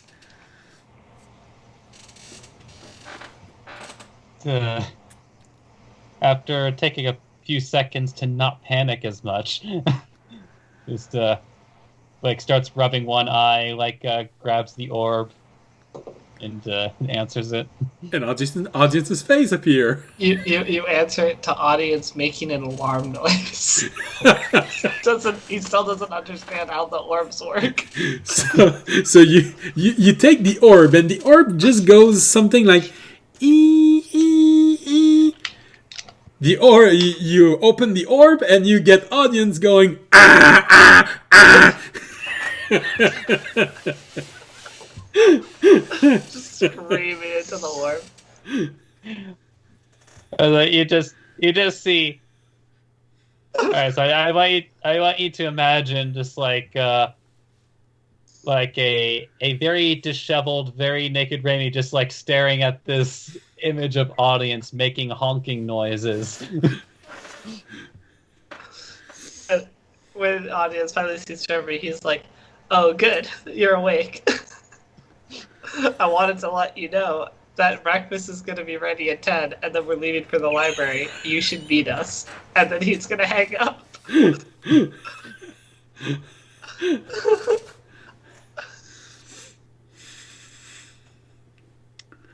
All right.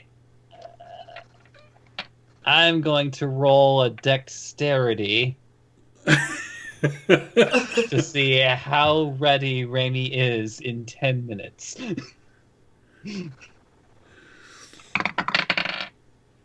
I am cursed by high rolls. Poor you. I don't think that's a curse. In some situations it is, let's be clear. You here. shut up.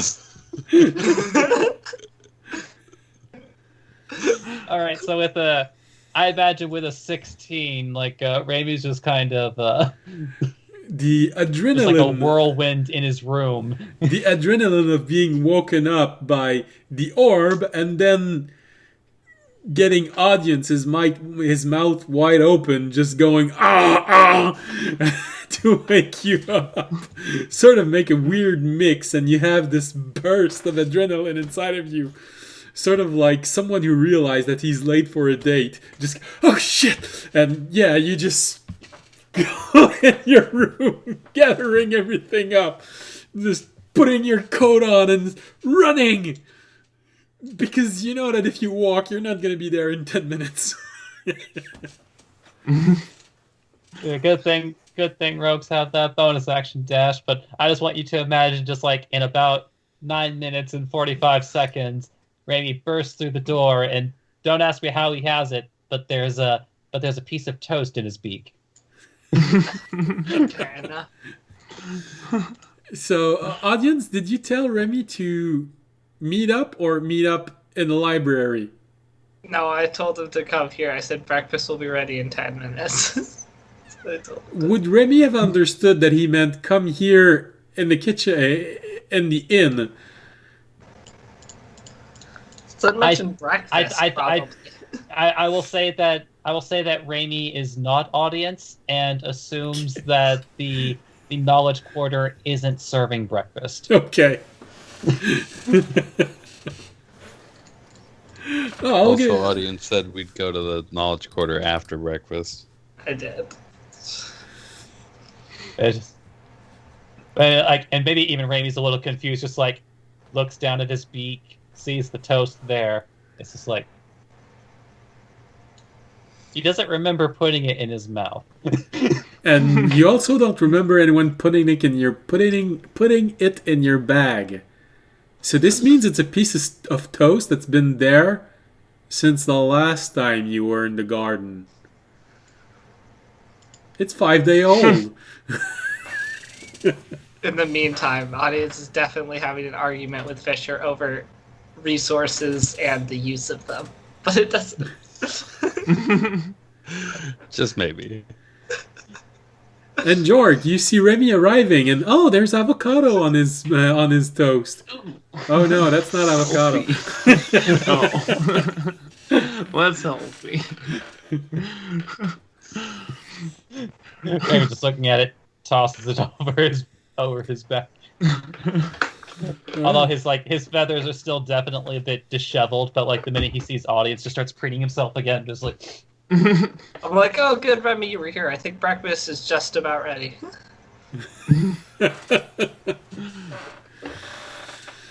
And I'll give Fisher a look like, look, now we're together. Resource used. I'd say That's not the... Jorg, I believe you're the one who has the highest insight of the entire group. Yeah, passive insight. I mean, so as you see this, you sort of realize that Remy seems to have bags under his eyes. You up late, Remy? Just Rainy just like realizing like in his bag it's like, oh, it's a mess in here. But eventually like pulls out his book and holds it out in front of him.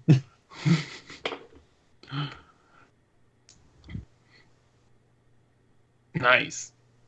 What spell did you learn?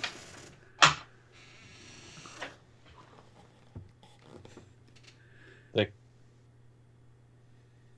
I guess the only way Ray would be able to show it is just like, like turning the page. I was gonna say you worked with wardens all day night.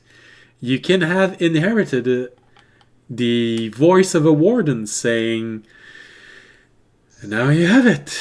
You can now protect yourself during the night with the help of Leomund's hut. Since you said it, we'll go ahead and use your voice. Can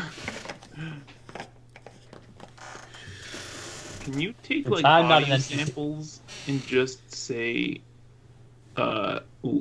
Leomund's hut from that phrase, or do you have to say the whole phrase? I'd say if we want to keep true to the Kenku, most likely it would be saying... to say like a decent amount of it. Yeah, You can't just so like it hand was pick like- it. I've been playing it as a rule, at least for Raimi, that he always includes the entire sentence when he can.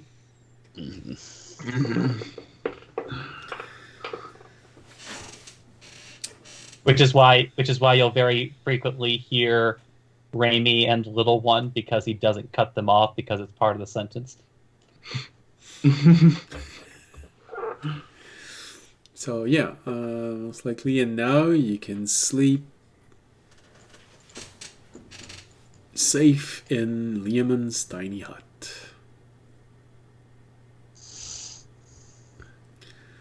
Oh boy, that'll be nice. That was kind of cool. Yeah, are you- one bad night of sleep for many good ones. Well, you know that it's not comfortable inside, but it's safe. Yeah. Wait, one bad night. Rami, do you still need to sleep? I'd say you're probably a few hours short of your long rest.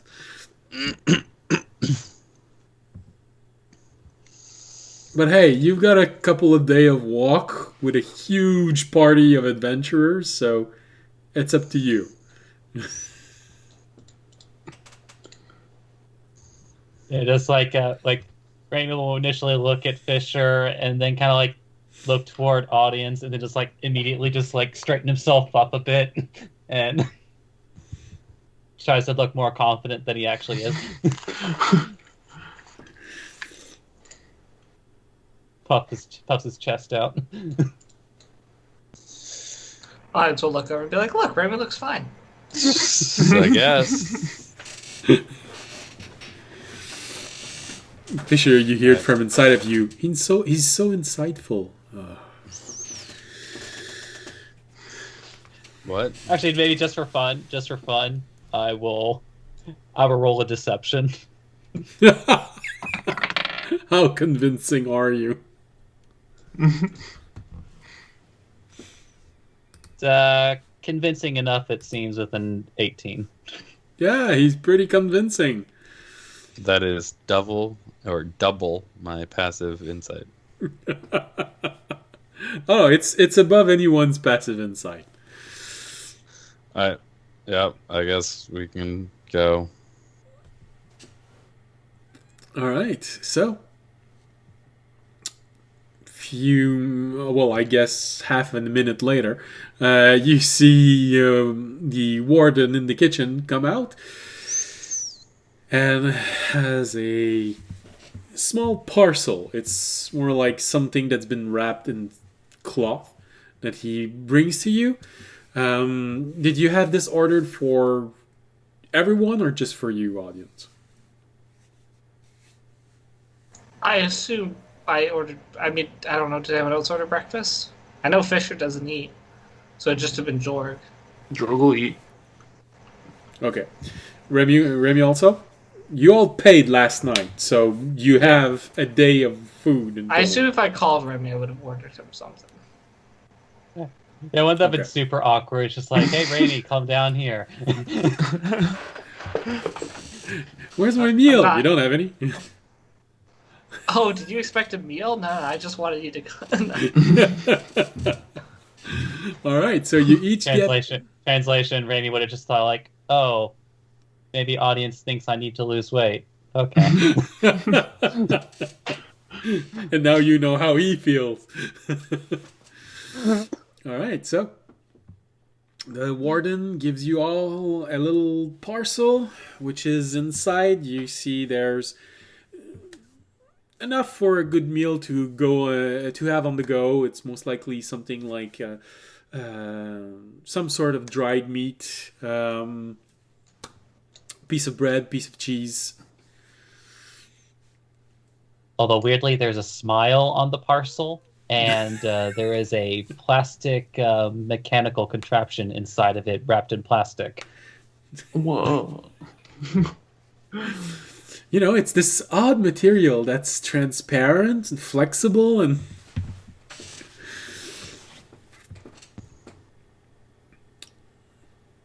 All right.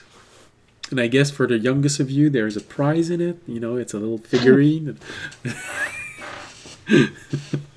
All right, so you all get your parcel. You all get to have your meal as you go. Now you're going to the knowledge quarter before leaving. Is that it? Yeah, we need to. Okay. Yeah. So you, Audience needs to catch up with the mirror. yeah. All right. So you get to the knowledge corner. It's fairly easy to find Tayag. She is almost always somewhere in there. Takes just a few moments, and she comes down, greets you. You're all up. Yep. Well, times move a bit weirdly when you are always indoor. You easily lose track of time. So I hope you all had a pleasant night. I think so. Yeah. I almost figured out what's wrong with me. Physically. Raimi has turned around and has started applying makeup to hide his bags. He just takes a bit of tar that he found somewhere and just putting it around his eyes to hide the... Oh no, he doesn't need that. He has a disguise kit. He has actual access to makeup. Yeah, that's right. All right.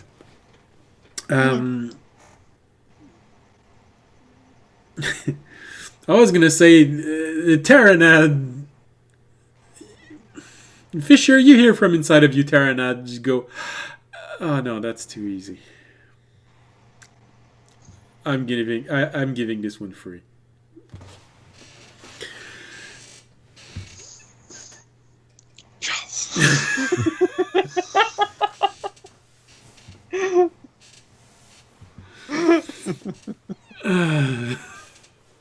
Is it really for free if he actually mentions it, though? Oh, you know. So you see Tayag in front of you. Well, that's Very intriguing. What have you learned more? I am almost there, or to figuring out what specifically is wrong with the connection between the new arms and the rest of me. Well, yes, that is a very valid point. A lot of the equipment that, and as she's saying this, you hear her voice being drowned out by Terranad, which is, yeah, all right, I'll give it to you. You avoided it this time.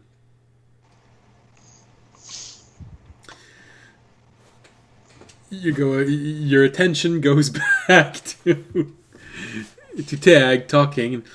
Well, as if you can share it, we'd love to see what your conclusions are, and just take a little bit of time, write a paper about it. I'll pull out the notes. Oh, that that's put even down. better.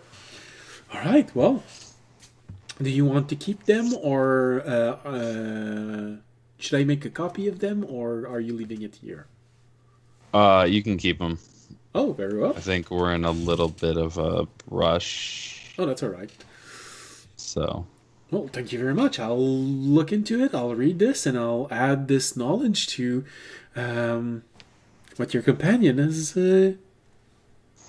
given us during the night.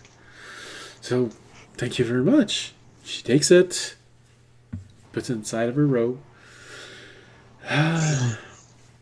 All right. So, anything else? Yes, audience. You wanted to learn more about the mirror. Yes. I believe you don't have to worry about the mirror generating more. From the reading we got, the energy level of the mirror was a bit negligible. So I believe most of its power has been channeled into creating your opposite. So I guess this would be the good news, as it won't be creating a duplicate of every one of you in there. However, once created, it actually becomes a person. So I guess this is the bad news. You actually really have someone out there who is your mirror image. I don't know if you're familiar with the concept of facing your mirror image. Well, I mean, I think I am now since I did it. Yes. I guess you have the practical version of it, but the philosophical version of it is quite a bit more complex. But it is your opposite. And just as from now on you most likely will often think of her, remember that she is there. She won't be able to forget about you. She will come back. She will challenge you again. Well, I'm sure she will, since she lost. And she will also grow in power. As will I. So. Hopefully, she is now evolving at her own rate. So, do your best to not fall behind. She will hunt you, I am sure of it. Fair enough. So isn't that a fun ego boost though? Like, audience knows that there's a woman out there who's just always thinking about it. And it is an actual woman and a dragonborn woman. I mean, audience kind of assumes all women are constantly thinking about him, so I don't know about the ego. Yeah, but this one is the first one who actually wants to kill you. There's something special about her. Hold on, I'm squinting here. I'm seeing in her bio, Tsundere? Is that what it is? my god. Uh, yeah, Is that an anime reference? that is an anime reference, which I don't know if Avery got. You definitely did not get, Dre. I did It's not a get type it. of girl that's in most animes. Oh, Like no. think of I don't need an explanation. I was just like like, I maybe don't want to Misty know. from Pokemon or Dre's not gonna get didn't that. watch Pokemon. oh my god. I played one of the games. Let's see, is there anyone from Avatar: The Last Airbender that fits the type? I'm trying to think. Never mind. I'll think about it more later. It doesn't matter right now. Yeah. All right. I know Yandere.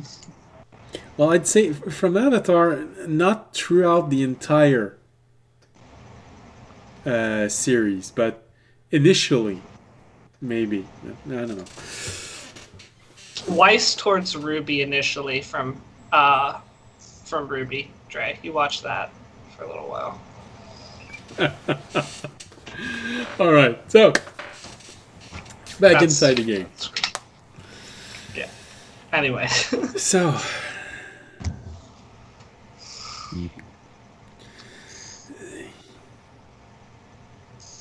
I'm pretty sure now she is stable enough that even if you were to find the mirror again and break it, she'd survive it. Would it hurt her power at all, though? Maybe temporarily, but she is an entity on its own right now. So you might weaken her for a while. It might give you an advantage in a fight, but not a permanent one. Alright, good to know.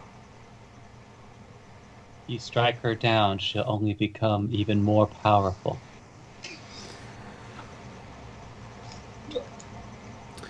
Fair. But maybe if you could figure out which god she is serving. I mean, you know your own god and you know what he represents more than anyone else here. Maybe you could find something in there. Maybe research more about the draconic gods. I believe your god is a draconic one. Find out who opposes it. Find out more about the draconic pantheon. Pretty sure if you can find which god it is, this could give you an edge. You know what the god represents. Alright. I will look into that.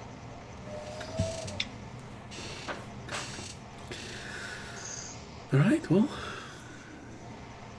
I'd say if you can, find someone who knows about dragons and where they live. Or find someone who is willing to research. I've heard a few stories about you having problems with doing research on your own. Been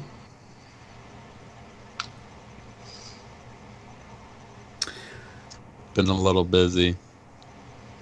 Oh, that's alright, I understand. But I'm just saying, I've heard about this flying library that is in Otenel, and if you prefer the hands-on approach, I've heard there are a few dragons living in the island on which you're adventuring. So maybe you could try and seek one out. I know where one is. Silver Dragon. Oh well, maybe this is a good place to start. Once you have finished this task you are about to set on, maybe you should look into this. I also have people at the library who have actually been doing research on dragons, if I'm not mistaken. Or they told me they would. But it's... Well, they don't. All of the adventurers don't necessarily tell us what kind of research they'll do, but we're always very glad when they share their result with us. I need to check in with her anyway, so I'll figure out a time to do that. Very well. I'm sure you will find a moment. All right. Anything else? Yeah, I finished pulling up my sidebar with my list of side quests. I can return to the main storyline.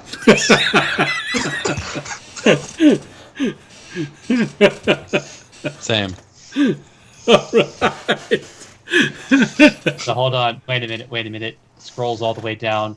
9 out of 10. Son of a bitch. Hold on, guys. We forgot about this. We're going back.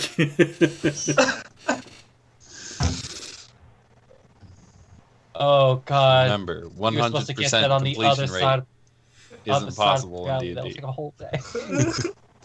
Wait, I only grabbed 99 out of 100 pine cones for the old great. No.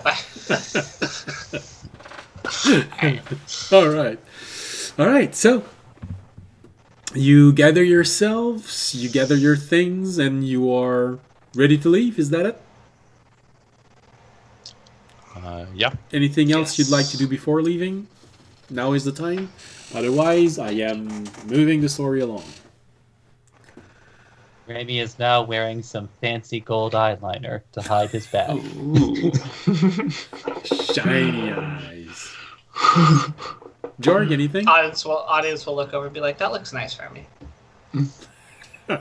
And suddenly his eyes starts to sparkle.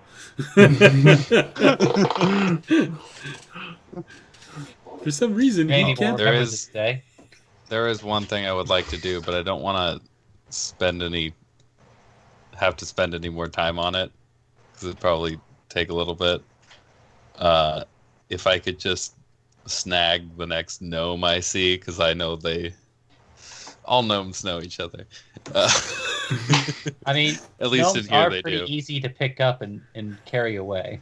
Yeah, yeah. Just take a gnome. I just want to know. As you And make your way back would- to one of the exit that you know of the garden, you are going to go through the inn, so you can easily grab one there. Yeah, and I would just like to see if I could place a bet through them. When you say Beth, you see... Alright, you see the gnome just suddenly go, keep it down. So what do you want to bet on? I will give him 10 gold. Okay. Or now it's boring. 20. That the next time I'm in the garden, Terry's going to be able to spit acid.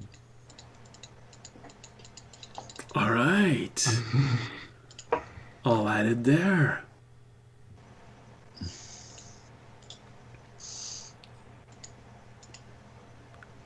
I know some people are gonna be disappointed, and when the owner of a pet calls for one element above the others, it usually favors that element afterward. All right. I'll tell them 20 gold, huh? 20 gold. All right. Got it. And just to clarify, this isn't he will only be able to spit acid. It's he will be able to spit acid. Got it. Anything additional doesn't nullify that.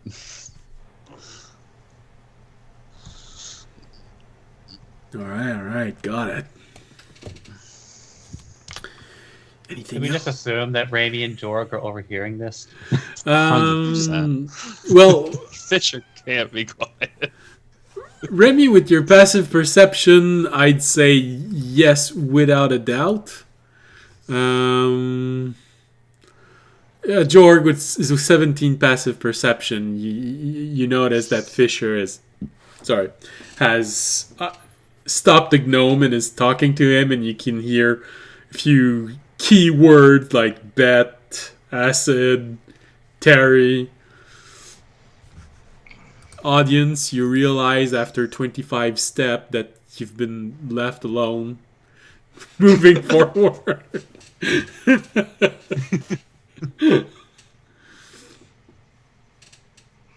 So, Jargon, Remy, how do you react to Fisher, to hearing this? Well, Remy, because with 19 passive perception, you heard the whole conversation completely. Jorg, you're only missing a few words, but you heard it. So how do you react? Jorg's not a betting man, but he's not surprised that it's happening. Maybe he's just kind of like looking at Fisher.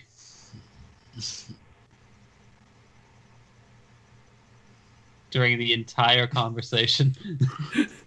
When you finish talking to the gnome, you just turn around and you see Remy staring at you. What are you guys waiting for? We gotta go.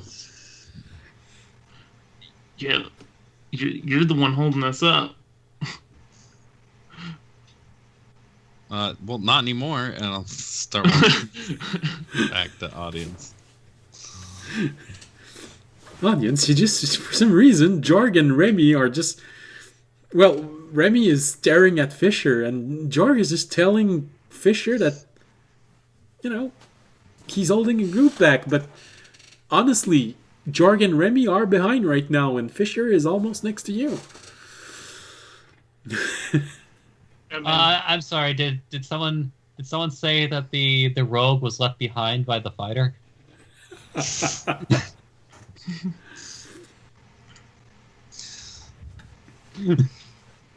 I kept moving. Audience is just gonna, keep walking. I mean, it's not, they'll catch up. We're going to the same place anyway. We're going to the portal. So, you all make your way, and followed by Civ, who is following you because you know where you're going. So you go to one of the gateway that is inside of the crew quarters. And one after the other, you step through the portal, you feel that weird shifting sensation, and you all reappear outside of the garden near Otanel. You can see the city very close by. And currently... Oh, thank you so much. The wind going strong? Oh yeah, no, the wind is going strong. There's no problem with that. But it's as always. The wind is there. I think we've made it canon now. The reason why there's forest and then mountain and then nothing in between, it's because it's a huge wind corridor, and it's become canon. There's a +5 on the roll for wind. So, but there's a slight rain outside. Not a torrential rain, but it's enough to be annoying if you have to long for a long distance. But as you all step out, hear the of your step in the grass, you'll turn around, you see the door disappear, and you're there at Otanel, and this is a good place to finish the stream for tonight. As most likely, next time, you are going to start your travel, as you are about to meet with the others. As a matter of fact, you most likely, just before the screen starts fading to black, you can just make out in front of you Corinth, who's there, waving at someone. Nice. Alright. Oh, and just as the portal closes, they see an explosion in the garden. All communications drop down. Hopefully not. Then you hear... Corinth is the first one we see because he's a turtle.